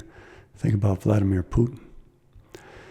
To be sure, he has not also another object, which is that they may be impoverished by payment of taxes, and thus compelled to devote themselves to their daily wants, and therefore less likely to conspire against him. Clearly. And if any of them are suspected by him of having notions of freedom and of resistance to his authority, he will have a good pretext for destroying them by placing them at the mercy of the enemy. And for all these reasons, the tyrant must be always getting up a war. He must. Now he think of Hitler in that instance. He must. Now he begins to grow unpopular, an unnecessary result. Then some of those who joined in setting him up and who are in power speak their minds to him and to one another, and the more courageous of them cast in his teeth what is being done. Yes, that may be expected, and the tyrant, if he means to rule, must get rid of them. He cannot stop while he has a friend or an enemy who is good for anything. He cannot. And therefore he must look about him and see who is valiant, who is high-minded, who is wise, who is wealthy. Happy man, he is the enemy of them all, and must seek occasion against them whether he will or no, until he has made a purgation of the state. Think of Stalin's purges. Yes, he said, and a rare purgation. Yes, I said, not the sort of purgation which the physicians make of the body, for they take away the worse and leave the better part, but he does the reverse. If he is to rule, I suppose that he cannot help himself. What a blessed alternative, I said, to be compelled to dwell only with the many bad, and to be by them hated, or not to live at all. Yes, that is the alternative. And the more detestable his actions are to the citizens, the more satellites and the greater devotion in them he will require. Certainly. And who are the devoted band, and where will he procure them? They will flock to him, he said, of their own accord, if he pays them. By the dog, I said, here are more drones, every sort and from every land. That reminds me of the alternative media and the mainstream media, where all the talking heads and comedians become propagandists and demagogues for the dictator. By the dog, I said, here are more drones of every sort and from every land. Yes, he said, there are. But will he not desire to get them on the spot? How do you mean? He will rob the citizens of their slaves. He will then set them free and enroll them in his bodyguard. To be sure, he said, and he will be able to trust them best of all. What a blessed creature, I said, must this tyrant be. He has put to death the others, and has these for his trusted friends. That's what the Marxists do. They let the murderers out of prison to go and slaughter the bourgeoisie. The Russian communists invited the Chinese Bolsheviks into Russia and into Eastern Europe to mass murder all the best citizens of Russia and Eastern Europe. Yes, he said, they are quite of his sort. Yes, I said, and these are the new citizens whom he has called into existence, who admire him and are his companions, while the good hate him and avoid him. We can see MS-13 gangs being allowed into the United States, being welcomed into the Democratic Party and being asked to vote for Democratic candidates who will allow more criminals into the United States. Of course, verily then, tragedy is a wise thing, and Euripides a great tragedian. Why so? Why, because he is the author of the pregnant saying, tyrants are wise by living with the wise. And he clearly meant to say that they are the wise whom the tyrant makes his companions. Because if they're not his companions, they get their heads chopped off. Yes, he said, and he also praises tyranny as godlike, and many other things of the same kind are said by him and by the other poets. Hegel also praised the tyrant as being godlike, as having the divine will, and the whole Christian mythology, the divine right of kings, makes the ruler like the heavenly monarchy, the monarchy of God on earth, and the divine will manifests itself in the will of the great men and of the monarchy in these Hegelian and Christian mythologies. Yes, he said, and he also praises tyranny as godlike, and many other things of the same kind are said by him and by the other poets. And therefore I said, the tragic poets, being wise men, will forgive us, and any others who live after our manner, if we do not receive them into our state, because they are the eulogists of tyranny. Yes, he said, those who have the wit will doubtless forgive us, but they will continue to go to other cities and attract mobs, and hire voices fair and loud and persuasive, and draw the cities over to tyrannies and democracies. That's what Putin and Xi Jinping and the Israelis are doing to the U.S. Very true. Moreover, they are paid for this and receive honor, the greatest honor, as might be expected from tyrants, and the greatest from democracies. But the higher they ascend our Constitution Hill, the more their reputation fails and seems unable, from shortness of breath, to proceed further. True, but we are wandering from the subject. Let us therefore return and inquire how the tyrant will maintain that fair and numerous and various ever-changing army of his. It's very simple. They just pit two groups against each other, and who's ever left standing then goes and attacks someone else. If, he said, there are sacred treasures in the city, he will confiscate and spend them, and insofar as the fortunes of the attained persons may suffice, he will be able to diminish the taxes which he would otherwise have to impose on the people.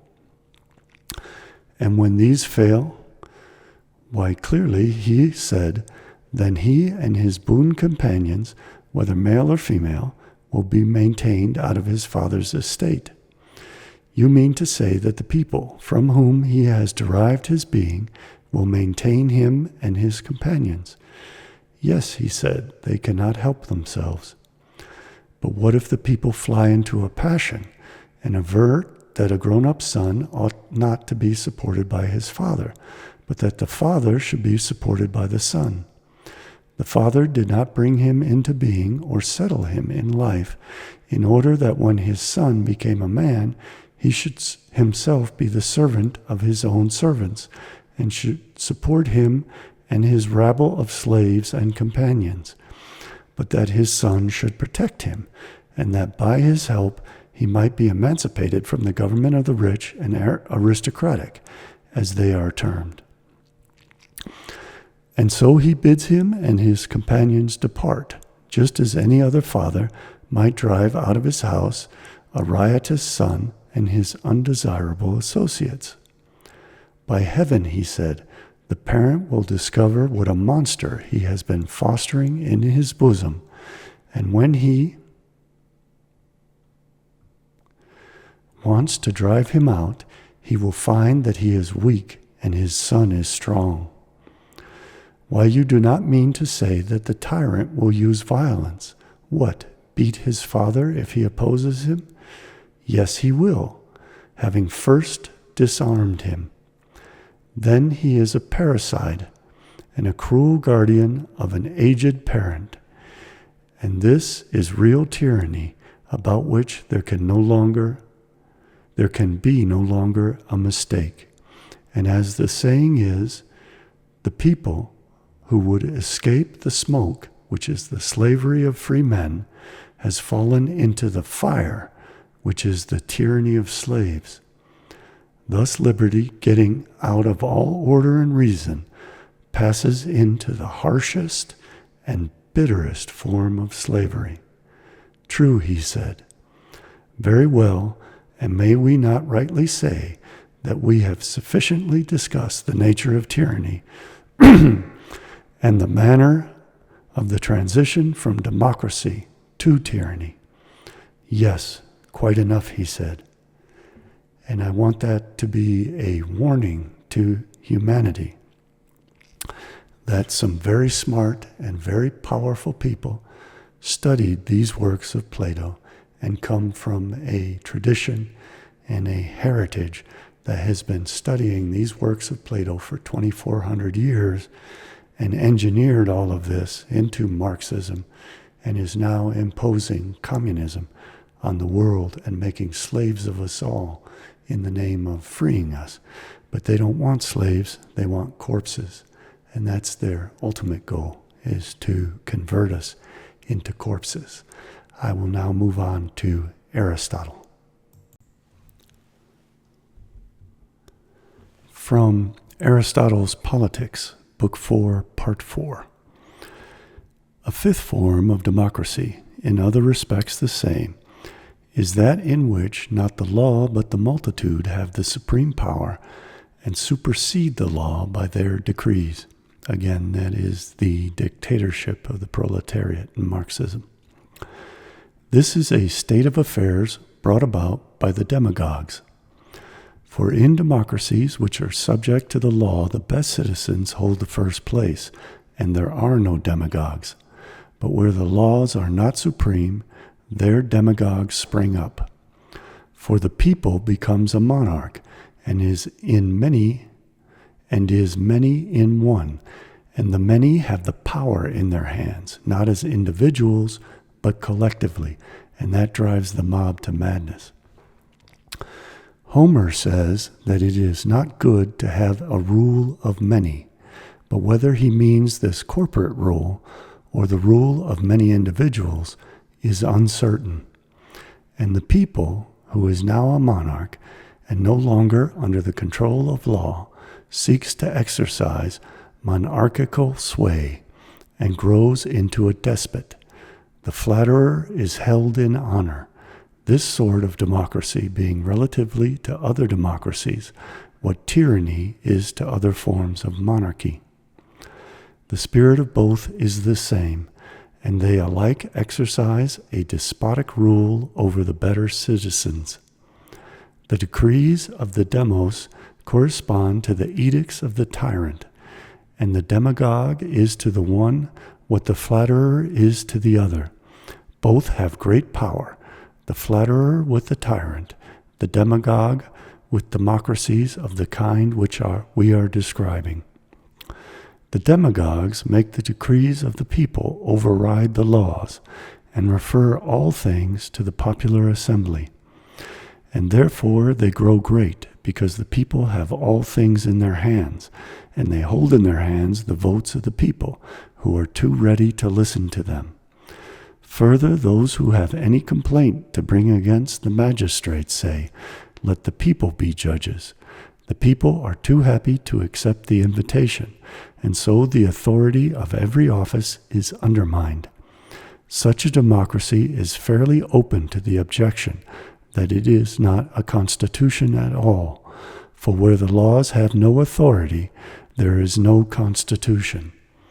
The law ought to be supreme over all, and the magistrates and the government should judge of particulars.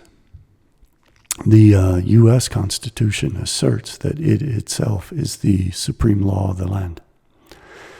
So that if democracy be a real form of government, the sort of constitution in which all things are regulated by decrees is clearly not a democracy in the true sense of the word, for decrees relate only to particulars. These then, and that's all I had to read from Aristotle. So we see that this knowledge of demagogues taking over society, controlling the mob, and destroying society to implement the worst form of tyranny was well known to the Greeks. When they shared their knowledge, pernicious people latched on, seized upon that knowledge to utilize it as a weapon and to artificially generate what the Greeks has asserted was a natural historical process, and artificially impose that process on us to destroy our societies. Polybius wrote a little bit later than Aristotle. First was Plato, then Aristotle, then Polybius, but all of them many centuries BC. So then, we enumerate 6 forms of government, and 3 commonly spoken of, which I have just mentioned. And the 3 more allied forms, I mean despotism, oligarchy, and mob rule. The first of these arises without artificial aid and in the natural order of events. Next to this, and produced from it, and by the aid of art and adjustment, comes kingship, which, degenerating into the evil form allied to it, by which I mean tyranny, both are once more destroyed and aristocracy produced. Again, the latter being in the course of nature perverted to oligarchy, and the people passionately avenging the unjust acts of their rulers, democracy comes into existence, which again, by its violence and contempt of law, becomes sheer mob rule. No clearer proof of the truth of what I say could be obtained than by a careful observation of the natural origin, genesis, and decadence of these several forms of government. But it is only by seeing distinctly how each of them is produced that a distinct view can also be obtained from its growth, zenith, and decadence.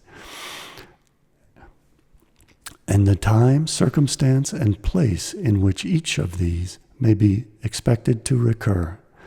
This method I have assumed to be especially applicable to the Roman constitution because its origin and growth have from the first followed natural causes. The history of Polybius continues at Book 6, Part 57, Recapitulation and Conclusion, that to all things then which exist there is ordained decay, and change, I think, requires no further arguments to show, for the inexorable course of nature is sufficient to convince us of it.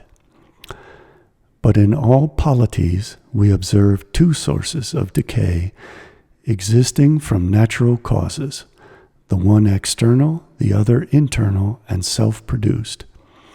The external admits of no certain or fixed definition, but the internal follows a definite order. What kind of polity then comes naturally first, and what second? I have already stated in such a way that those who are capable of taking the whole drift of my argument can henceforth draw their own conclusions as to the future of the Roman polity. For it is quite clear, in my opinion, when a commonwealth, after warding off many great dangers, has arrived at a high pitch of prosperity and undisputed power, it is evident that, by the lengthened continuance of great wealth within it, the manner of life of its citizens will become more extravagant, and that the rivalry for office and in other spheres of activity will become fiercer than it ought to be. We see that with the degradation of the two parties who are trying to inspire revolution, civil war, balkanization, secession, and everything they can do to pit us against one another and destroy us from within. But again, this is not the natural process that the Greeks asserted. This is by design. And as this state of things goes on more and more, the desire of office and the shame of losing reputation, as well as the ostentation and extravagance of living, will prove the beginning of a deterioration. And of this change, the people will be credited with being the authors when they become convinced that they are being cheated by some from avarice, and are puffed up with flattery by others from love of office. You often see politicians praising their electorate and flattering the people in the audience. And that, again, induces this hypnotic state where the person identifies his or her own ego with that of the leader to such an extent that they turn off their own brain and allow it to become programmed by that leader that they have fallen in love with, become infatuated with. For when that comes about, in their passionate resentment and acting under the dictates of anger, they will refuse to obey any longer, or to be content with having equal powers with their leaders, but will demand to have all or far the greatest themselves. And when that comes to pass, the Constitution will receive a new name, which sounds better than any other in the world, liberty or democracy. But in fact, it will become the worst of all governments, mob rule. That's where we're headed. With this description of the formation, growth, zenith, and present state of the Roman polity, and having discussed also its difference, for better and worse, from other polities, I will now at length bring my essay to an end. Plato, Aristotle, and Polybius described the power of demagogues over the mobs of the great unwashed of the Hoi Polloi. They warned us that this dangerous phase of government led to the worst form of government, which is tyranny. Gustave Le Bon described how crowds often enter into a hypnotic trance, which enables leaders and demagogues to imprint hypnotic and post-hypnotic suggestions into the minds of the masses and easily direct the fickle crowd to commit violent and destructive acts, which can either be glorious and heroic or heinous and criminal.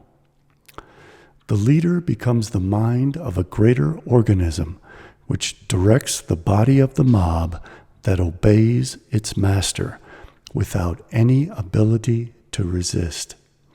Just as a person under hypnosis surrenders their mind, reason, and will to the hypnotizer. Le Bon predicted the rise of socialist leaders who would shepherd the masses into the slaughterhouses of self-destruction.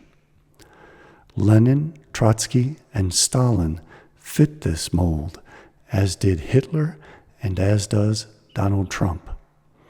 A person who is hypnotized gives up their soul to the hypnotizer. Plato described the soul as a charioteer pulled by a rational white horse and an evil, chaotic black horse. The demagogue becomes a black horse, driving the masses off a cliff to their inevitable destruction. Post-hypnotic suggestions are irresistible and cannot be countered by facts or logic. The masses, which have succumbed to the influence of their leaders who have brainwashed them, cannot act otherwise than to obey the dictator. They cannot think their way out of obedience, are incapable of independent thought or self-criticism, and will not tolerate any criticism of their beliefs or masters.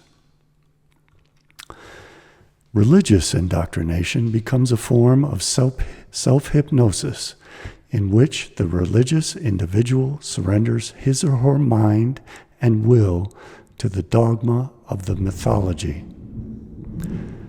The conscious mind of the religious person is thereby programmed by the authors of the mythology to act in prescribed ways. The conduct and behavior of human beings can be manipulated in this way to effectively convert them into robots who will act in predictable and programmable ways. Religious services, prayer, and religious study induce a hypnotic state in which the mind becomes susceptible to hypnotic suggestions. The will, instincts, and independent thoughts of the individual are destroyed and replaced by the will, instincts, and thoughts of the architects of the religious beliefs and doctrines in the form of the religious dogma they create and write down and imparted into the people through the priestly class, religious books, church services, and religious instruction, all of which become ingrained in the common culture and the norms and mores of society. Religion is therefore not a conscious choice based upon facts and logic, but a hypnotic suggestion that enslaves the psyche of the religious and makes them the servants of their leaders who exploit them. That is why it is so difficult to persuade religious persons that their religious myths are obviously false and are contradicted by both facts and logic. They cannot free their minds from the hypnotic suggestions which have taken over their consciousness. They have replaced their instinctual sense of self with a sense that their leader is their self, and his or her will and wishes are their mental instructions governing their thoughts and actions. They have lost their independent mind and cannot think for themselves, but instead mimic the thoughts given to them by the leaders and the myths those leaders indoctrinate them to accept as if rational and factual, without providing a logical or factual foundation. Once these hypnotic suggestions have been instilled in the minds of the masses, they cannot be broken by the truth, and the masses will violently attack anyone and everyone who criticizes the leaders and will not permit critical thought, because the leader has become their mind and their will, and they are simply bodies programmed to act on behalf of the mind of the leader. A greater organism is formed, and the congregation is the body, and the leader of the congregation is its mind. The left hand of the body will cut off the right hand of the body if it disobeys the mind of the leader. I was the first historian of physics to take note of the fact that Samuel Tolver Preston, expressed the mass energy equivalence principle in 1875. He formulated E equals mc squared, where c is the velocity of light, and he proposed atomic energy and atomic bombs by subdividing particles of matter until they reach the state of the ethereal gas of matter that he proposed in his ether theories. It's very interesting that he did these same things that Gustave Le Bon would later do, much later, 30 years later. And he, again, he had the mass energy equivalence principle. He had E equals mc squared. He had atomic energy and the atomic bomb long before Einstein, Poincaré, and the relativists, long before Frederick Soddy, and long before Gustave Le Bon. He also understood the psychological dynamics of groups and crowds in the context of organized religion. And he wrote some very interesting essays on this. All of this can be found in my book on Preston at my website, cjbbooks.com. From there, you'll have to click on the books tab to take you to the specific webpage where Preston's book is found. And it's interesting that Le Bon and Preston followed this same train of thought. And I wonder if Le Bon had read Preston, because Le Bon was a very learned and well-read man. So I want to read from Preston's essay. Here you can see the full title page, so if you want to look it up, you can find it. This is reproduced in my book, as are almost all of Preston's writings.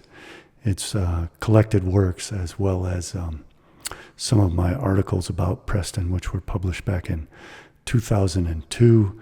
I called this to the world's attention, I think, in the year 2000. I published on Preston on the internet, and the fact that he had anticipated Einstein by 30 or more years, and anticipated the atomic bomb by 75 years almost. And anyway,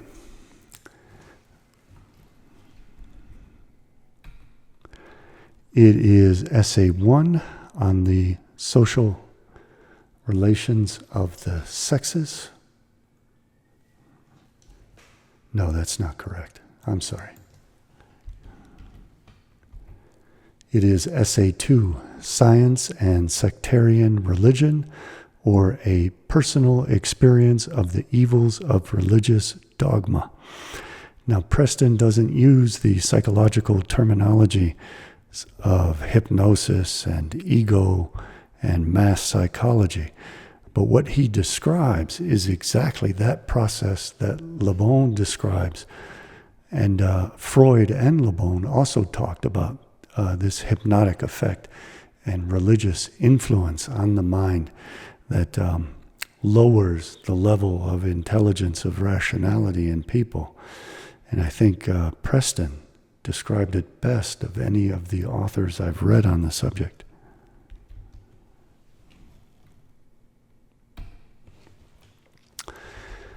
I need only allude still to the other fundamental religious dogma of the fall, where the whole human race for indefinite ages are supposed to be involved in ruin for the disobedience of one man, the unlimited sacrifice of the innocent for the guilty, to illustrate another error of infinite magnitude.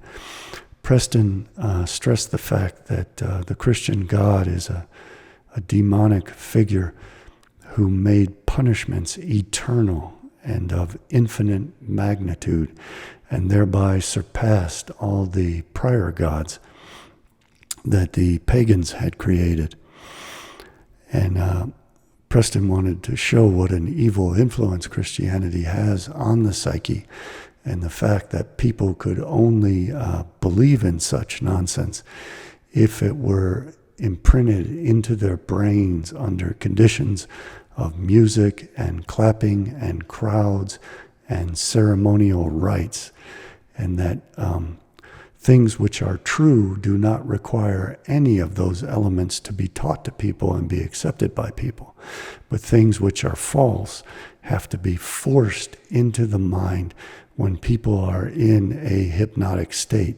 And he doesn't use the term hypnotic, but that's exactly what he is describing.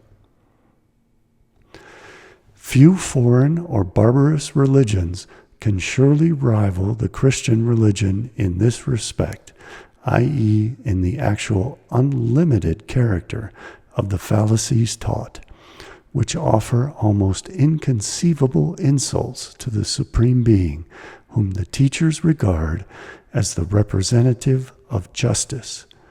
People won't think, the majority don't reflect.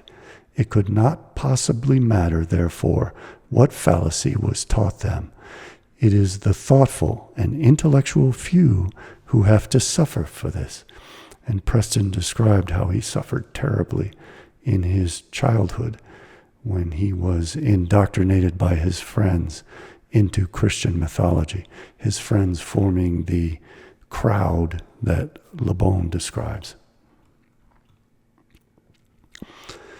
It would seem incredible that these things should exist a priori in this 19th century. One would fancy one was in a dream, but it is to be kept in mind that these things are taught us from our very childhood and drilled into our brains, as it were, by the aid of solemn music and ceremonial, until they become almost part of our nature and adhere in a manner that would be perfectly ridiculous in any other subjects. No real truths are taught in this way. So he's describing post-hypnotic suggestion, which inhibits the mind from self-criticism and from rejecting these mythologies.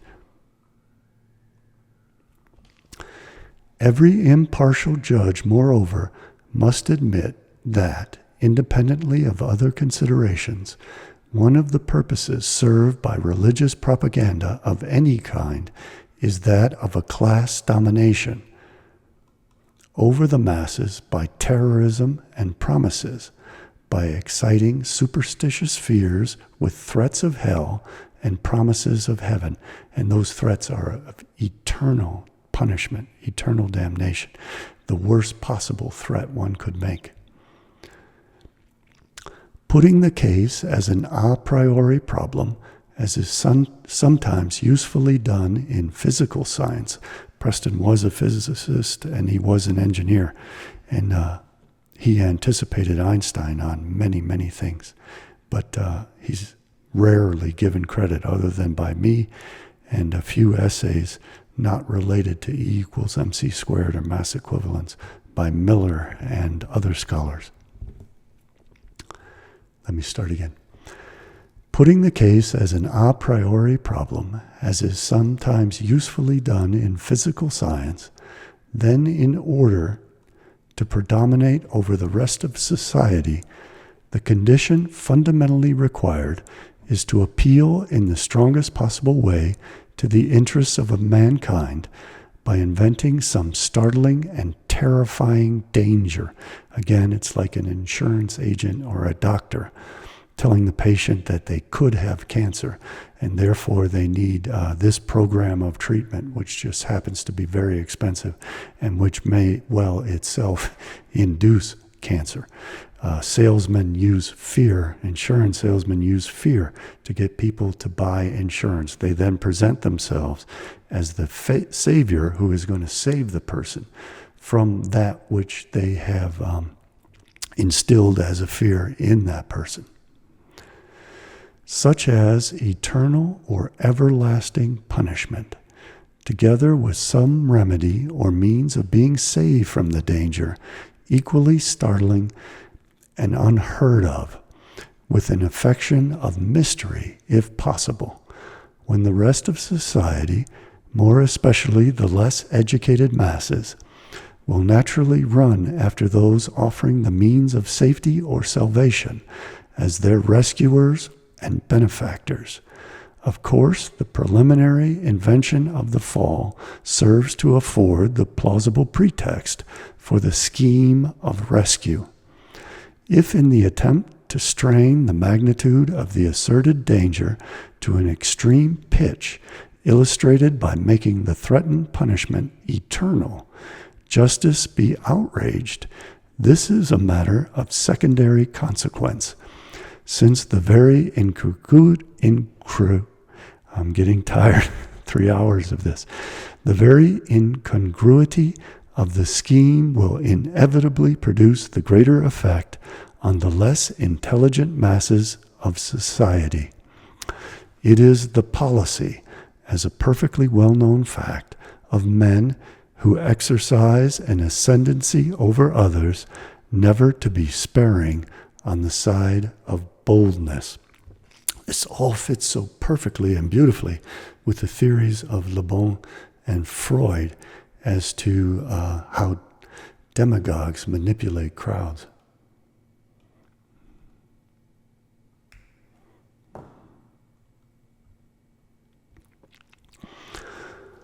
Although almost too contemptible a matter, I may mention here, for the sake of illustration, the modern Salvation Army scheme, whose program a well-known review has recently lowered itself enough to publish. What are the fundamental contents of this program? Observe that the world is lost in the depths of crime, iniquity, and black darkness. What may be the object of putting forward this assertion? Because the world, if this be true, will want the Salvation Army for their rescue and guidance, contributions in money being doubtless thankfully received. Let any Let any sensible man judge of this for himself. This is the type of every salvation scheme. It may be regarded as simply a plan to get advantages out of the masses by exciting their superstitious terrors with the threats of a real hell, devils, etc., and holding out unfounded promises of future reward. And is it not a fact that the ignorant class are chiefly appealed to and most successfully enrolled in these cases?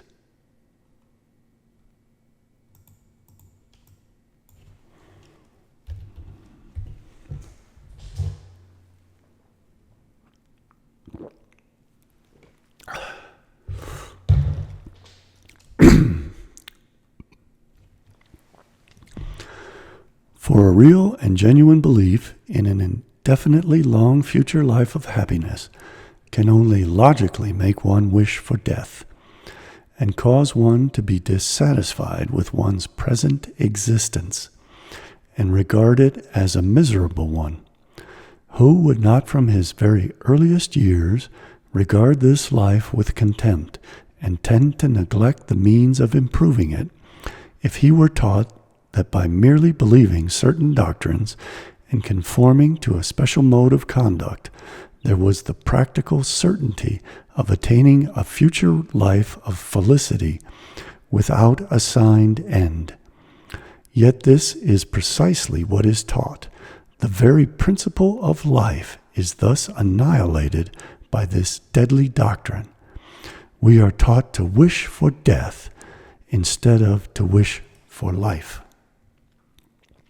Christianity is the worship of death in the place of life, in the name of eternal life, which is an absurdity. The man is made an absent-minded dreamer in proportion to the intensity of his belief.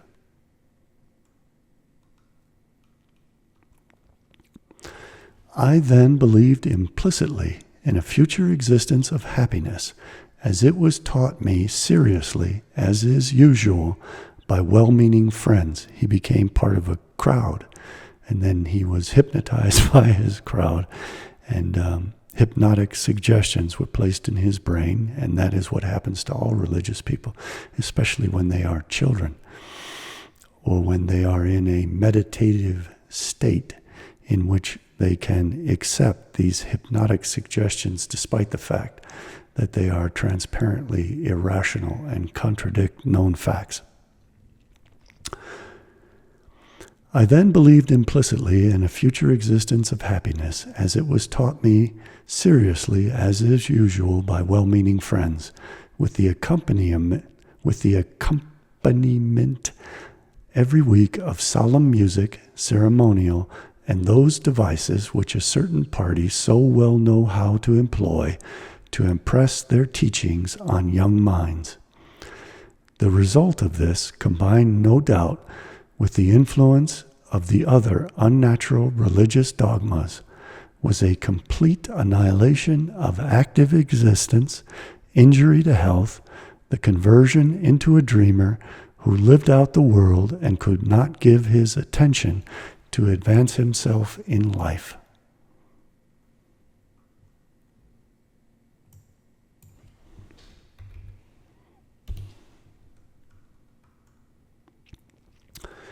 Perhaps it is only by this process, repetition, form, ceremony, music, etc., that man can be got to swallow error at all, a truth requiring no such procedure to get it accepted.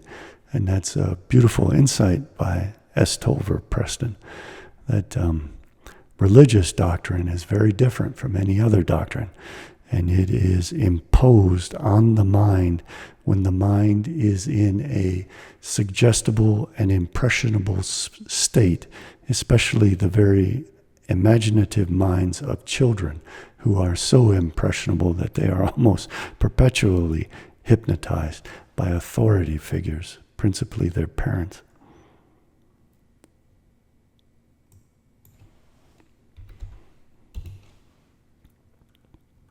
And again, these things can be done for evil or they can be done for good. In both the realm of politics and the realm of religion, we are increasingly seeing these tactics and techniques put to evil purposes to eventually exterminate us, I'm afraid. The thing to be complained of is that although we know that the methods employed in sectarian religion, ceremony, music, form, repetition, etc., must be calculated not so much to teach the dogmas as to make them stick, to become post-hypnotic suggestions. And therefore, we must all more or less be prejudiced reasoners in favor of these subjects. We do not, nevertheless, make allowance for this fact, and are not therefore on our guard. And it is this that gives error such a great and illegitimate power over us. This is very much like what Le Bon and Freud described as this sense of false infallibility and invulnerability that people in crowds feel, and this sense of tremendous empowerment of being part of this crowd of Christendom and part of the body of Christ and the universal church. All of these are aspects of crowd psychology and mass hypnosis. Again, if you want to look into Preston's work, he was a very brilliant man who anticipated many of the most important aspects of the theory of relativity. You can find it at my website, cjbbooks.com. So I made this video to enlighten people as to the psychological manipulation and mass formation, as it's now called, which was known to the ancients and which in many aspects was better described by them, which has been studied by certain groups for thousands of years and perfected into a methodology as opposed to the natural process that the Greeks asserted existed. And it is being utilized against us to bring us down, to destroy our society, to alienate us from one another, and in that alienation substitute a mass formation or mass hypnosis, where a leader can then impart hypnotic and post-hypnotic suggestions.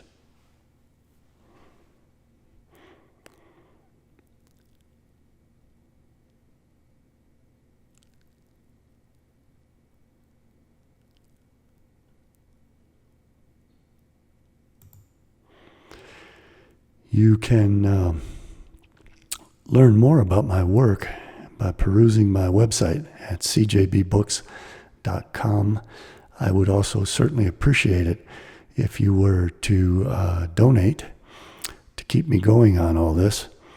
I do want to become more politically active, and I do hope that someone out there hearing this is inspired to run for office, especially for the office of the presidency, so that we can get rid of this two-party duopoly which is destroying us and pitting us against one another, so that our society becomes anarchistic and demagogues take over, drive us into a Marxist state, leave us vulnerable to foreign attack from communist China and Soviet Russia, etc., which is the direction in which we are presently headed.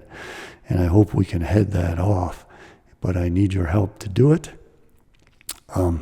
If you want to support my writing, there is donation links below in the description, and on various other platforms they have their own integrated donations, which you'll see below this video.